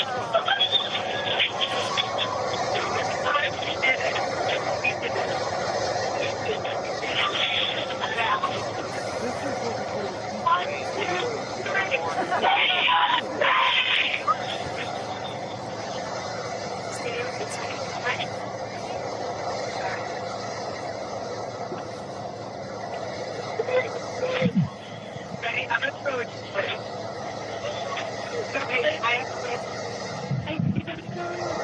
And the two craft is separated. Put it up there. Put it up there. 328,000 feet, 100 kilometers. Welcome to space, ladies, or shall I say, astronauts. Oh, the moon! You guys, I will have to tell you, look at the moon. Look. Oh, my God! Oh, my God! Oh, my goddess! That's our pink moon. I love you, Shepard! And just in case it wasn't clear, those are the astronauts. Those are their voices that you're hearing. And there, they have hit apogee, the highest point in flight, well over 345,000 feet, well over the Kármán line. Wow.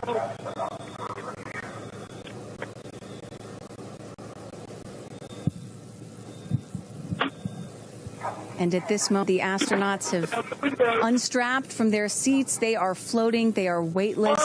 They are experiencing zero-G for the very first time in their lives. And Katy Perry did say that she was going to sing in space. I'm waiting for it. Waiting for it. 1 minute warning. 1 minute warning.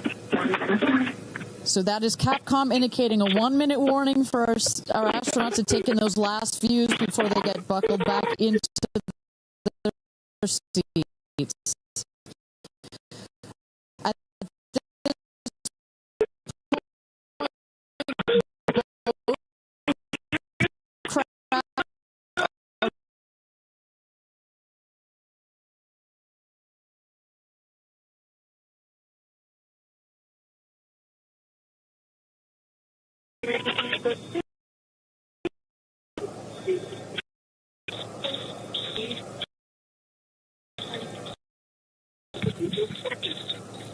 Oh my God, gosh,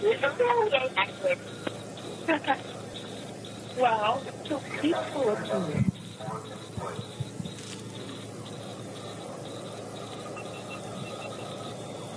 And you hear Dragon. Report status. Copy. Whip. Report status.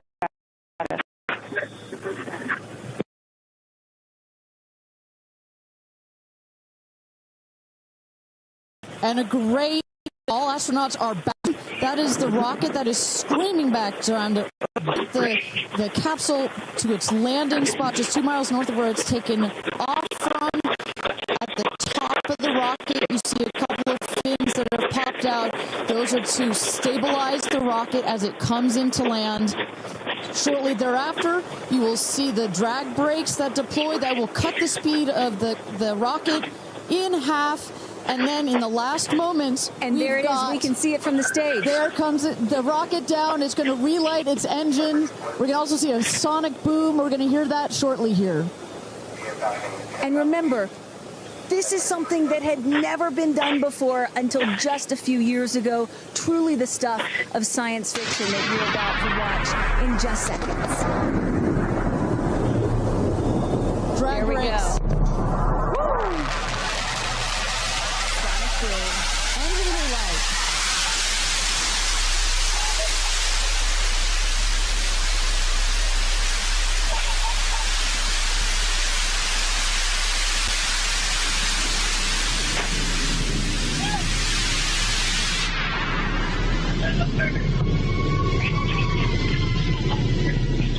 And booster touchdown, welcome home, New Shepard. Picture perfect landing right there. Picture perfect landing. Right on target. You see that dust kind of creates this dramatic cloud that reveals the beautiful rocket that has just taken these ladies up to space and back. And I love the echo across the mountains. Is that what I was hearing there? That's what you were hearing. You heard the sonic boom, then you heard the engine relight, and all of that reverberates in this big, beautiful valley in West Texas. Stand by drogues. Stand by drogues. All right, shortly here we're waiting to see the drogue parachutes deploy from the crew capsule. Those are like the guide parachutes. There we go, the drogue parachutes. Just free falling right there until those drogues came out. And then next will be the main parachutes that get pulled out. Hear that screaming inside the capsule? And all 3 parachutes reefing, and they will slowly inflate, slowing the capsule to a nice, smooth 10, 15 miles an hour.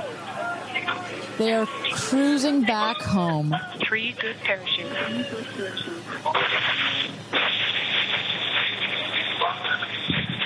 And I tell you, Kristen, from having gone through all of the simulations, I have gone through all of the training. They put you in the capsule that simulates all of this, including the sounds, and when you hear the motors of the parachutes pop out, that is the best moment in flight. Because I know Blue Origin does everything they can to make this as safe as possible, and y'all have an impeccable safety record, but it still has to feel really good when you know that you're coming back to Earth with those parachutes fully deployed.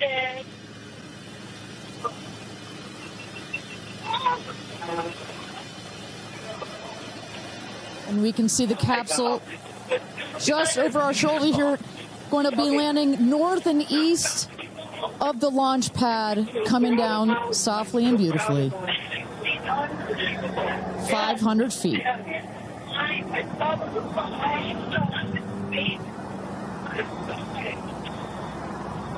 And you will see a puff of smoke when it touches down, a puff of dust. That's normal. A puff of dust, last milliseconds, air cushion that will kick up the dust. It's a very soft landing despite the sporty perception. There it is.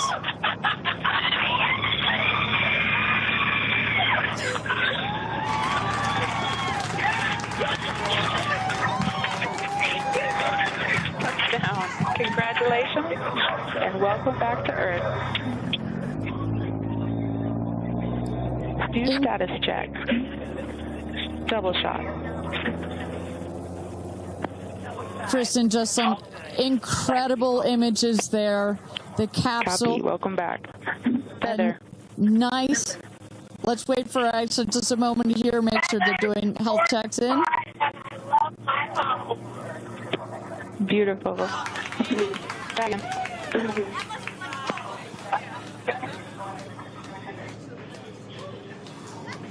Yes, and as you heard it there, everybody seemed to be just as ecstatic to be back here, back on Earth. Everybody appears to be fine. Beautiful shot there of the capsule down in the desert. As we were just saying, it looks like a tough landing, right, but it is an air cushion in the last milliseconds that just makes it even softer. I will also note the parachutes landed very close to the capsule. That's just an indication that there's not very much wind out here today. A beautiful day for a launch and landing. A beautiful day to add 6 more names to the roster of astronauts that have been over the Kármán line into space.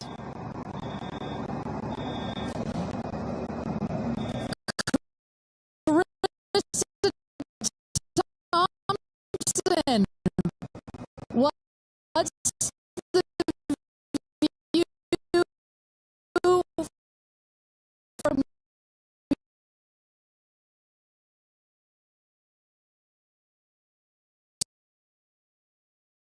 It's you guys as with Orlando Bloom as jump in the car to go meet. Pretty and only imagine how these astronauts, now that we can officially deem them astronauts, are going to feel. I can't wait to get their reaction. We are headed out there now. I will check back in with you as soon as I have them. Sounds good, Carissa. And as everybody can see, she is those recovery crews are screaming out there. So we actually send them out as soon as we spot the capsule. And there's little Rose, Katie's daughter, who is just Daisy, excuse me, who is just seeing her mother go to space and come back. I'm sure she cannot wait to say hello.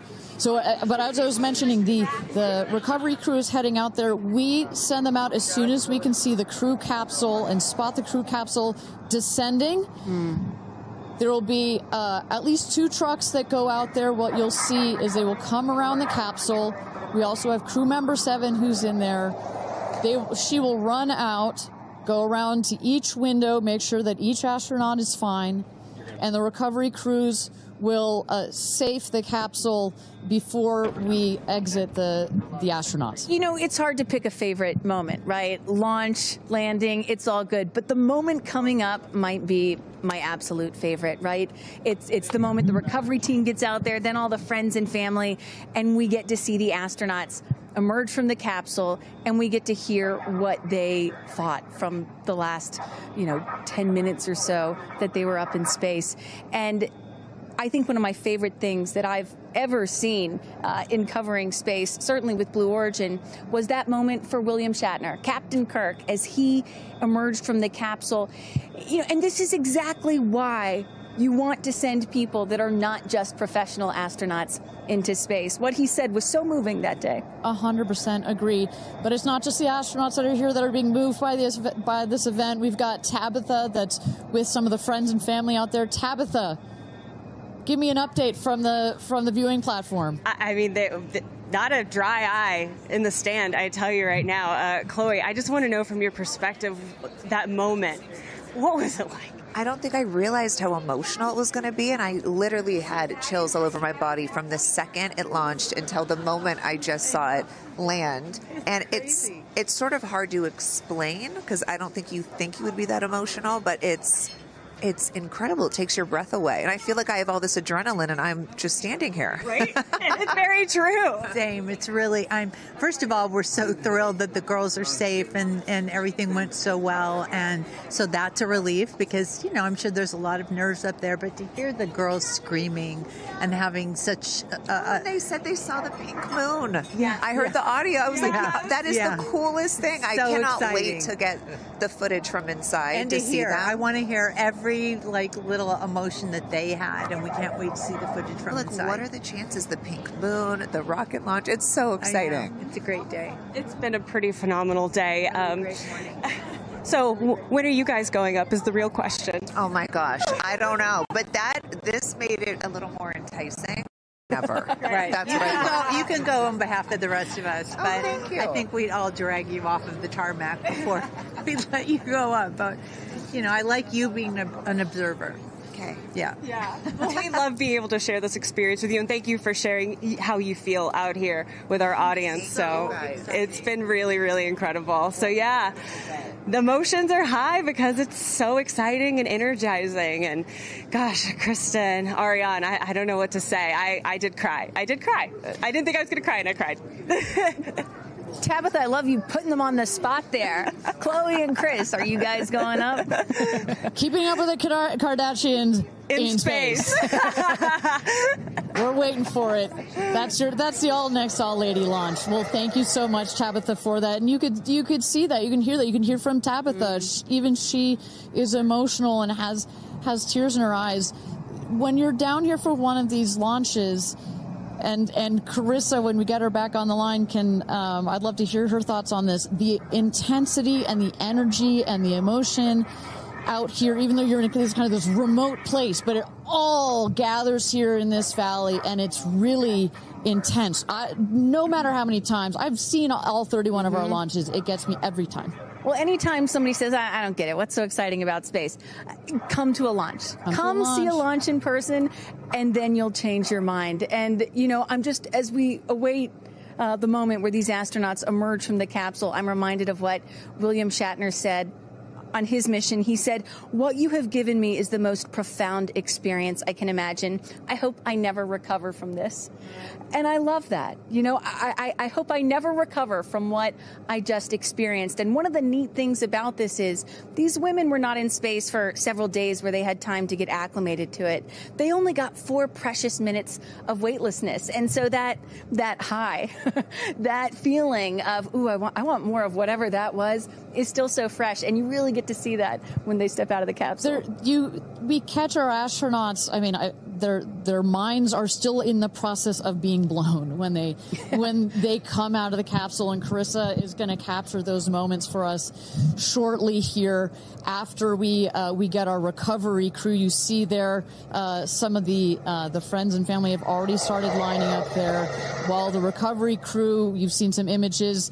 As I mentioned, they're safing some of the systems on the capsule. We want to release all of the excess air and gas that created that nice air cushion. We'll remove the parachutes, make sure nothing gets tripped up. Also, we reuse those parachutes.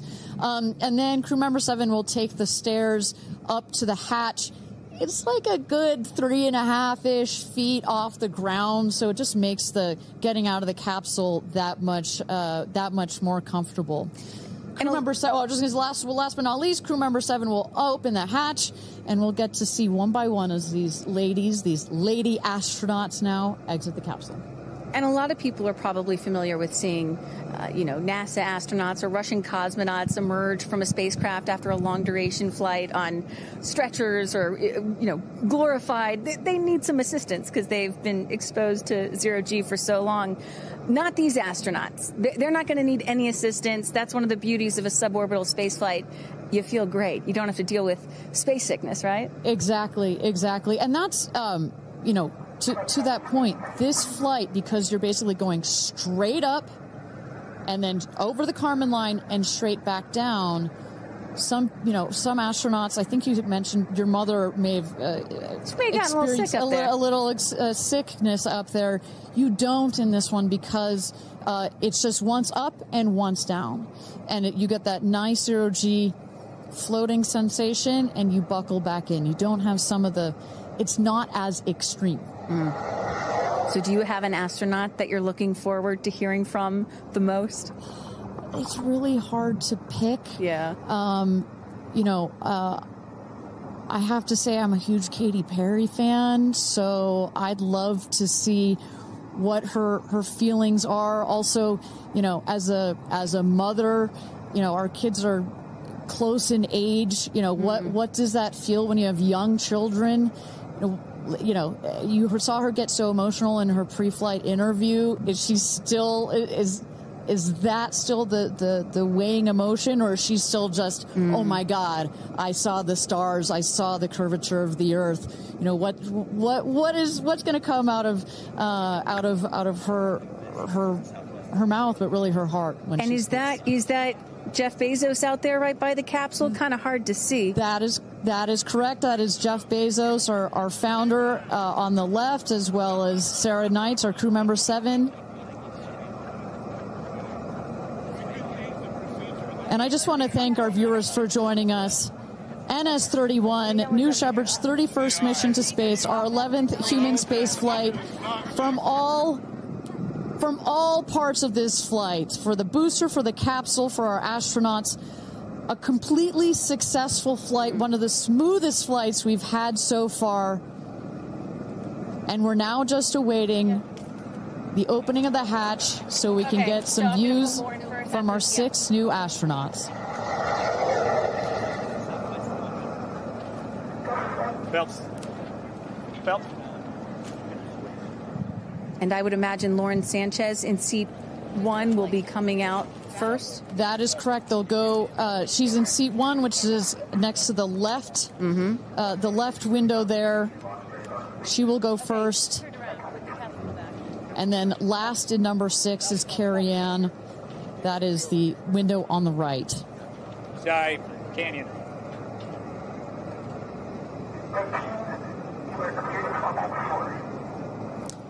You see those vans arriving. Those are friends and family.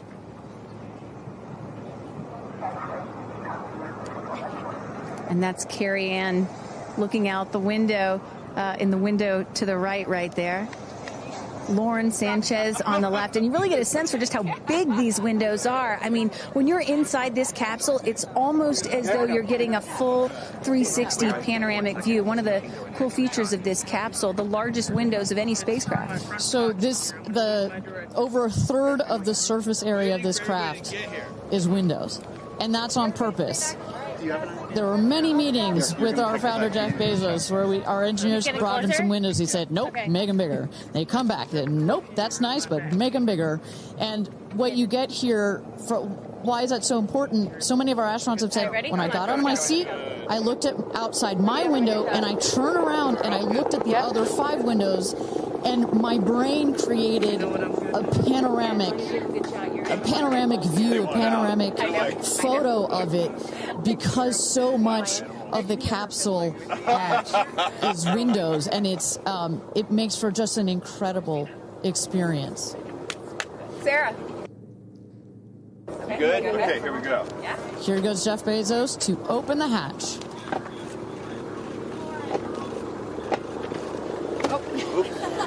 She didn't really close it again. Come on out, guys. Yeah, of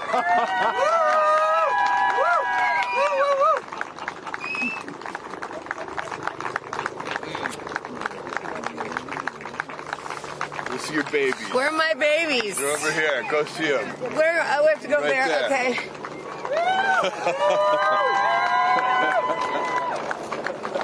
Katie! Woo!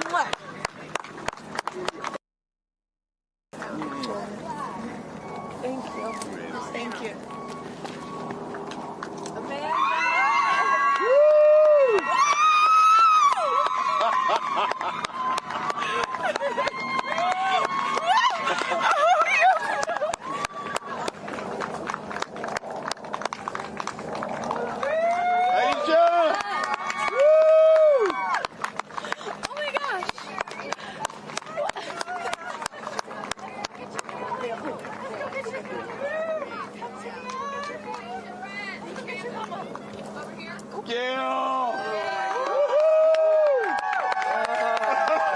I just have to have a moment with the ground. Let me just appreciate the ground for just a second. Thank you, Jesus. Oh my God. That was amazing. It was amazing. I'm so proud. So proud of you. Me too. Oh my God.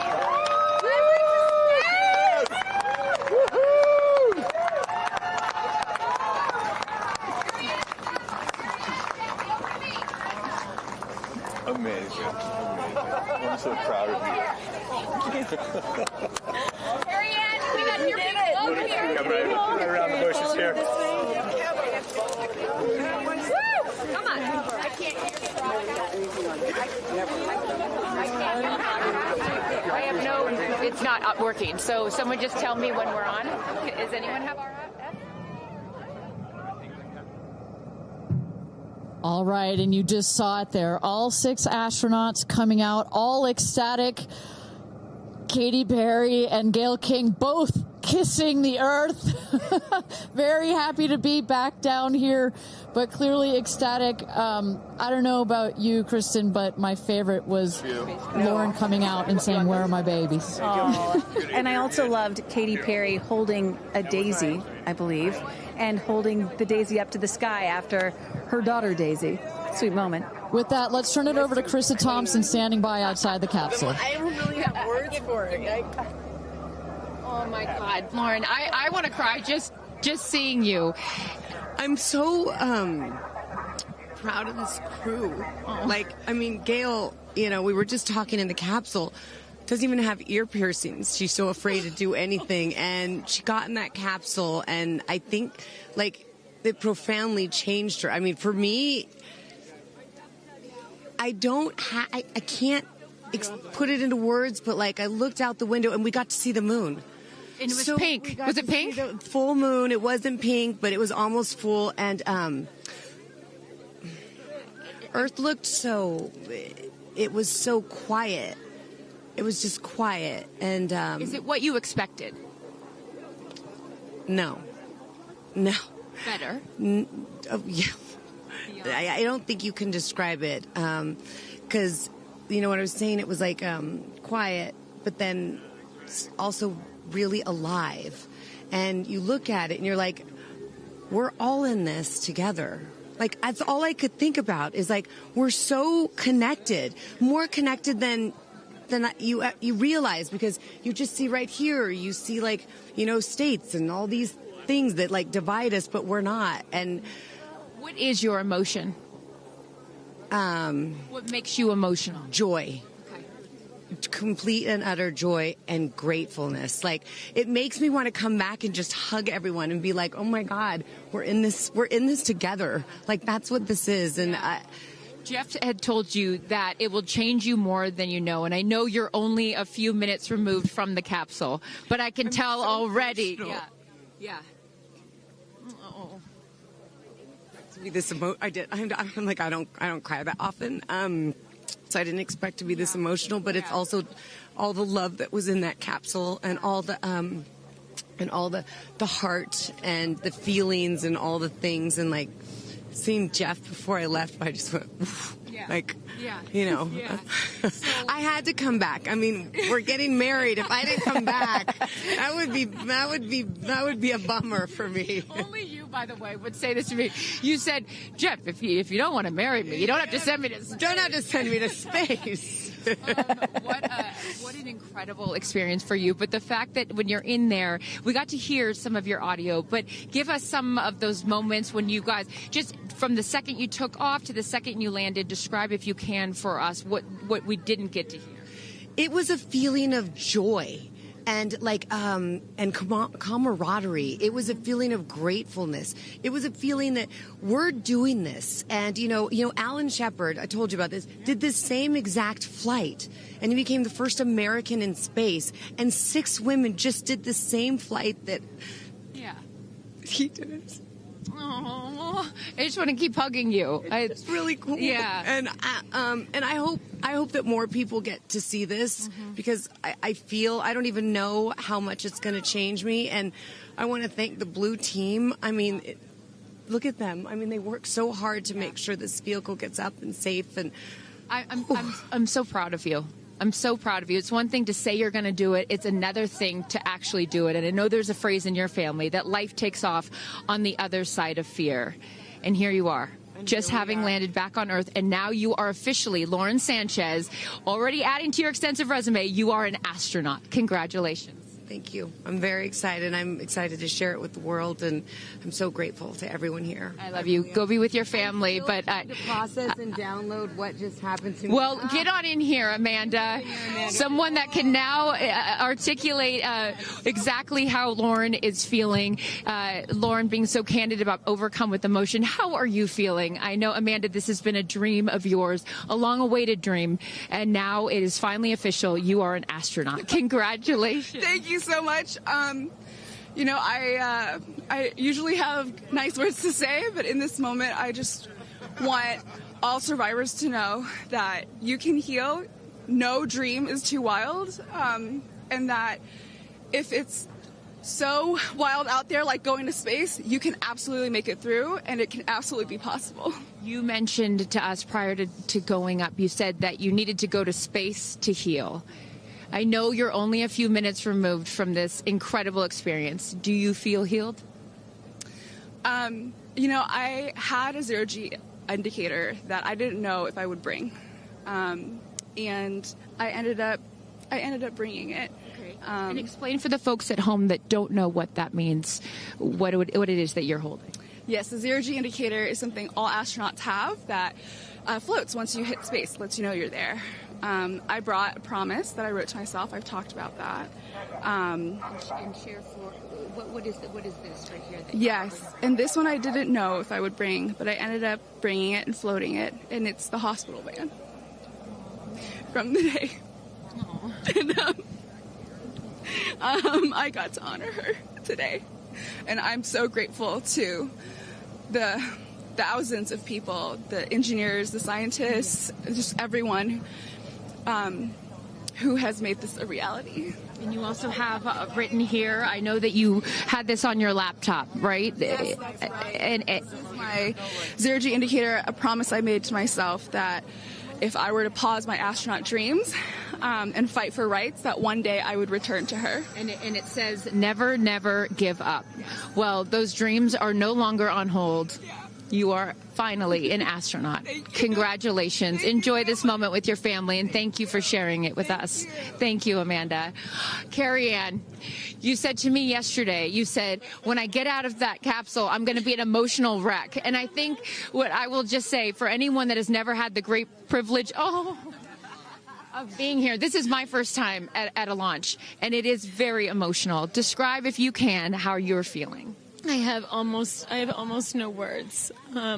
It was the most incredible experience of my life to be up there and see like such vast darkness in space and look down on our planet. The moon was so beautiful, and that was like, I felt like that was a special gift just for me. I'm so sorry. No, don't apologize. Are you kidding? You just went to space. You just went to space. This is it.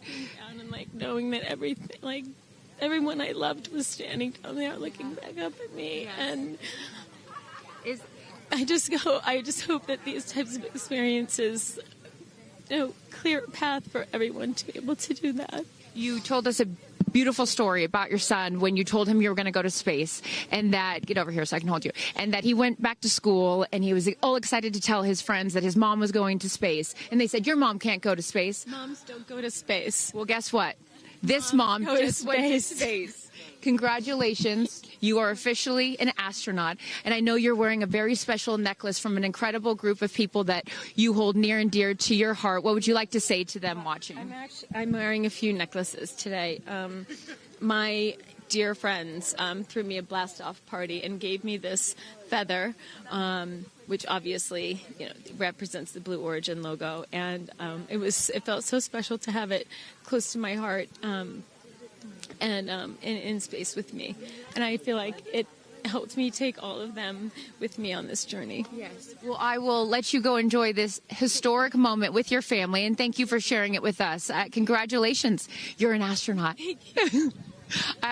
Gayle, get on over. I'm still floating. I can't believe it. I cannot believe it. I'm so proud of you. And I know that I speak for the collective, because you have been so honest. You've been so vulnerable. And I spoke to your best friend prior to you taking off, and I asked her why it was so important for you to do this. And she said, so she didn't have to hear you say, I wish I would have done that. So true. But now, Gayle King, you are officially an astronaut. How do you feel? I still can't accept that word, but I will say I can't even believe what I saw. When somebody calls this a ride, this was not a ride.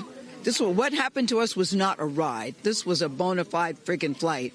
And our instructor, we were so well prepared. So every noise we heard, we knew.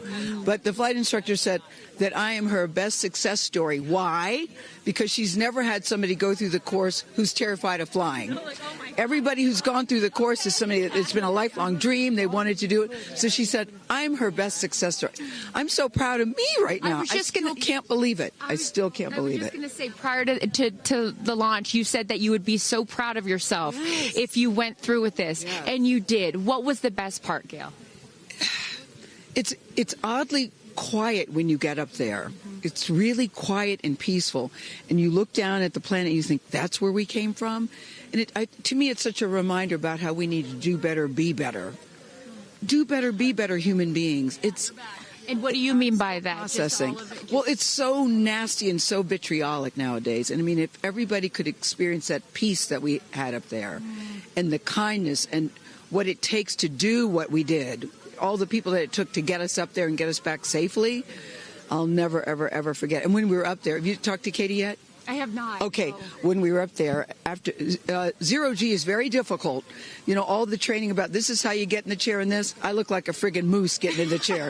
It was like, just let me get in the chair. Let me get the seatbelt on. But, you know, we had a very do this. How would you describe it? It's very difficult because you're floating. But the best part was when we got back in our seats after zero G's, Katy sang "What a Wonderful World." She did? Isn't that nice? Come on. She sang "What a Wonderful World." I see dreams. Oh, yes. Oh. Because we'd been asking her to sing all the time, and she wouldn't. And then, because everybody said, sing roar, sing fireworks. And she said, it's not about me. I wanted to talk about the world. Wow. No, isn't that nice? You got to ask her about that. That's really special. And when Lauren got out, she was overcome by emotion for a lot of reasons, and rightfully so. But she spoke to the group and how close you guys have all become because of this experience. How would you describe the camaraderie that you guys now have together? I would say that we are forever bonded, because you can't go through what we went through to look out for each other, to help each other, and not be changed by that. You know, it really is a true. People throw the word around, but it really is a true sisterhood. But it speaks to how we were, you know what, we were set up for success. The training was so, I can't stress this enough. The training was so friggin' good. We were set up for success. And it went exactly as they told us it was going to. Every boom that you heard, the drones, the drogues coming out, the parachutes coming out, it went exactly as they said. Are you glad you did it? I am glad I did it. I am glad I did it. I am very glad. I have no regrets about doing it. What would you say to people watching right now that are scared, that are fearful of anything? What would you say to them? Well, I just said I'm stepping way out of my comfort zone, because this is so not like me. I said up there, I might now get my ears pierced. I've always been afraid. Which is great. I love that you've never had your ears pierced. No, even Hootie at the training center. You don't have your ears pierced? I go, because it hurts. Oh, my gosh. But I mean, for people that are afraid, Eleanor Roosevelt once said, courage is doing something that scares you, but you do it anyway. And I stepped out of my comfort zone in a way that I never thought was possible for me. And now that I've done it, I really do feel I can take on anything. Anything. Congratulations, Gayle King. You are an astronaut. Thank you, Chris. I am so excited for you. I'm so excited for you. And I'm going to go with you to get your ears pierced, because I want to get another hole right here. Go enjoy this with your family. Thank you so, so much. Aisha, oh my goodness. Congratulations. Congratulations. You are officially an astronaut. How do you feel? Also, how do you look perfect after just going to space? I mean, my goodness. I will never be the same. I mean, when you get up there and you see the Earth, and it's so beautiful, and it just fills the screen, and it's not just your window, it's like everybody's window, and there's no boundaries, there's no border, there's just Earth. It's incredible. You know, Gayle is so honest that this wasn't her dream, but this was a dream of yours. How do you feel now that you just achieved it? Like I picked the right dream. And when we landed, I said, Exuma, I'm good, blue calm, but I'm ready to go back. Wow, really? Yeah. What was the best part for you? The best part for me, actually the whole thing. But we got in and we counted down from 10. And then I started to hear some singing. And when we lifted off, everybody, you could just feel the energy in the capsule. And when we got up there and we got out of our seats, we all just looked at each other. And there was this moment, and I can't wait for people to see it on the video, but there was a very special moment between all of us. And it's just beautiful. It's so beautiful. Yes. Where is your grandfather? Your 92-year-old grandfather, who I know you were so excited to bring. What did he say to you when you got out of this capsule and got to see him for the first time? He said, I was really worried for you, but then Oprah squeezed me. Oprah has a way of making us all feel just a little bit more at home and a little bit calmer. I know your father is watching down on you, and he is your angel. What do you think he's thinking right now in heaven? I think he was like, woo! To have the opportunity to have flown his star in my flight bag and to have a perspective that very few people get to have of Earth, I just feel a renewed connection to everything in life and where we are, and I can't wait to go back out there and pour what I've learned into the world. You have given so much to so many, and I know there are a lot of people watching right now, some young boys and some young girls that are inspired constantly by you. What would you like to say to them? Dream it, plan it, and go and do it. I never really thought I could go to space, although I really wanted to go. And today just confirmed that dreams are real, and sometimes reality is wrong. Your dreams just came true. Congratulations. Go enjoy this with your family. Thank you for sharing your experience with us. Katie. No, you're not the crier of the group. Feeler of the group. No, you are not. I'm crier. I'm going to tell you something right now. You are officially an astronaut. Thank you so much. How do you feel? I feel super connected to love. so connected to love. I think this experience has shown me you never know how much love is inside of you, like how much love you have to give, and how loved you are until the day you launch. We had these incredible shots of Daisy watching you as the rocket, it'll make me cry, as the rocket's going up, and she was so proud. Just kept saying, Mommy, Mommy. And I know you'll feel the same way when you watch it. And you brought a real-life Daisy up. That's it was right. important for you, not only because it's your daughter's name, but why else was that important to bring it? Daisies are common flowers, but they grow through any condition. They go through cement, they go through cracks, they go through walls. They are resilient, they are powerful, they are strong, they are everywhere. Flowers are, to me, God's smile, but it's also a reminder of our beautiful earth and the flowers here and God's smile and the beautiful magic that is everywhere, all around us, and even in a simple daisy. So to really appreciate it and remember it and take care of it and protect it. Gayle shared with us the song that you sang when you got up there. What a wonderful world. Why was that important to sing that particular song? I've covered that song in the past, and obviously, like, my higher self is always steering the ship, because I had no clue that one day I would decide to sing a little bit of that in space. But I think that it's not about me. It's not about singing my songs. It's about a collective energy in there. It's about us. It's about making space for future women and taking up space and belonging. And it's about this wonderful world that we see right out there and appreciating it. This is all for the benefit of Earth. You have done so many incredible things in your life, selling millions of records, selling out stadiums. Where does this experience rate for you? This experience is second to being a mom. Wow. Yeah, that's it. That's why it was hard for me to go, because that's all my love right there. And I have to surrender and trust that the universe is going to take care of me and protect me, and also my family and my daughter. Because, like, I am full up from being able to get that gift of being a mom. And to go to space is incredible. And I wanted to model courage and worthiness. And fearlessness. You did. You said you wanted to go to space for the fearless women in your life as well, your sister and your mom. Yeah. What was their reaction when you got to see them after you got off the capsule? I have only seen my mom, and I was like, "Are you okay, Mom?" She just knew. She knew. She was totally okay, and I'm sure she was speaking in tongues underneath her breath, as she does all the time. She would do that for anything else, but definitely today. But she was so super confident. My mom, she has this thing where she can see. I mean, even down to the name of, like, the capsule being tortoise. I know you spoke to all of your fans about that the capsule's named tortoise, the feather on the side, the symbol of Blue Origin, all of those gave you confidence that this was the right thing for you to do, correct? Yeah, because I just asked for a sign from the heavens, from my angels, and they're like, well, here's the feather, which is what your mother calls you, and if that's not enough, the capsule's named Tortoise, which is your second nickname that your mother calls you. And I'm like, okay, I'm going. Yeah. I got the message, and I'm gonna get the message. Before I let you get back to your family, I just have to ask you, describe for us, because you're so brilliant at putting, words together and describing moments that we can all appreciate later. How would you describe the moment when you took off and then the moment you landed?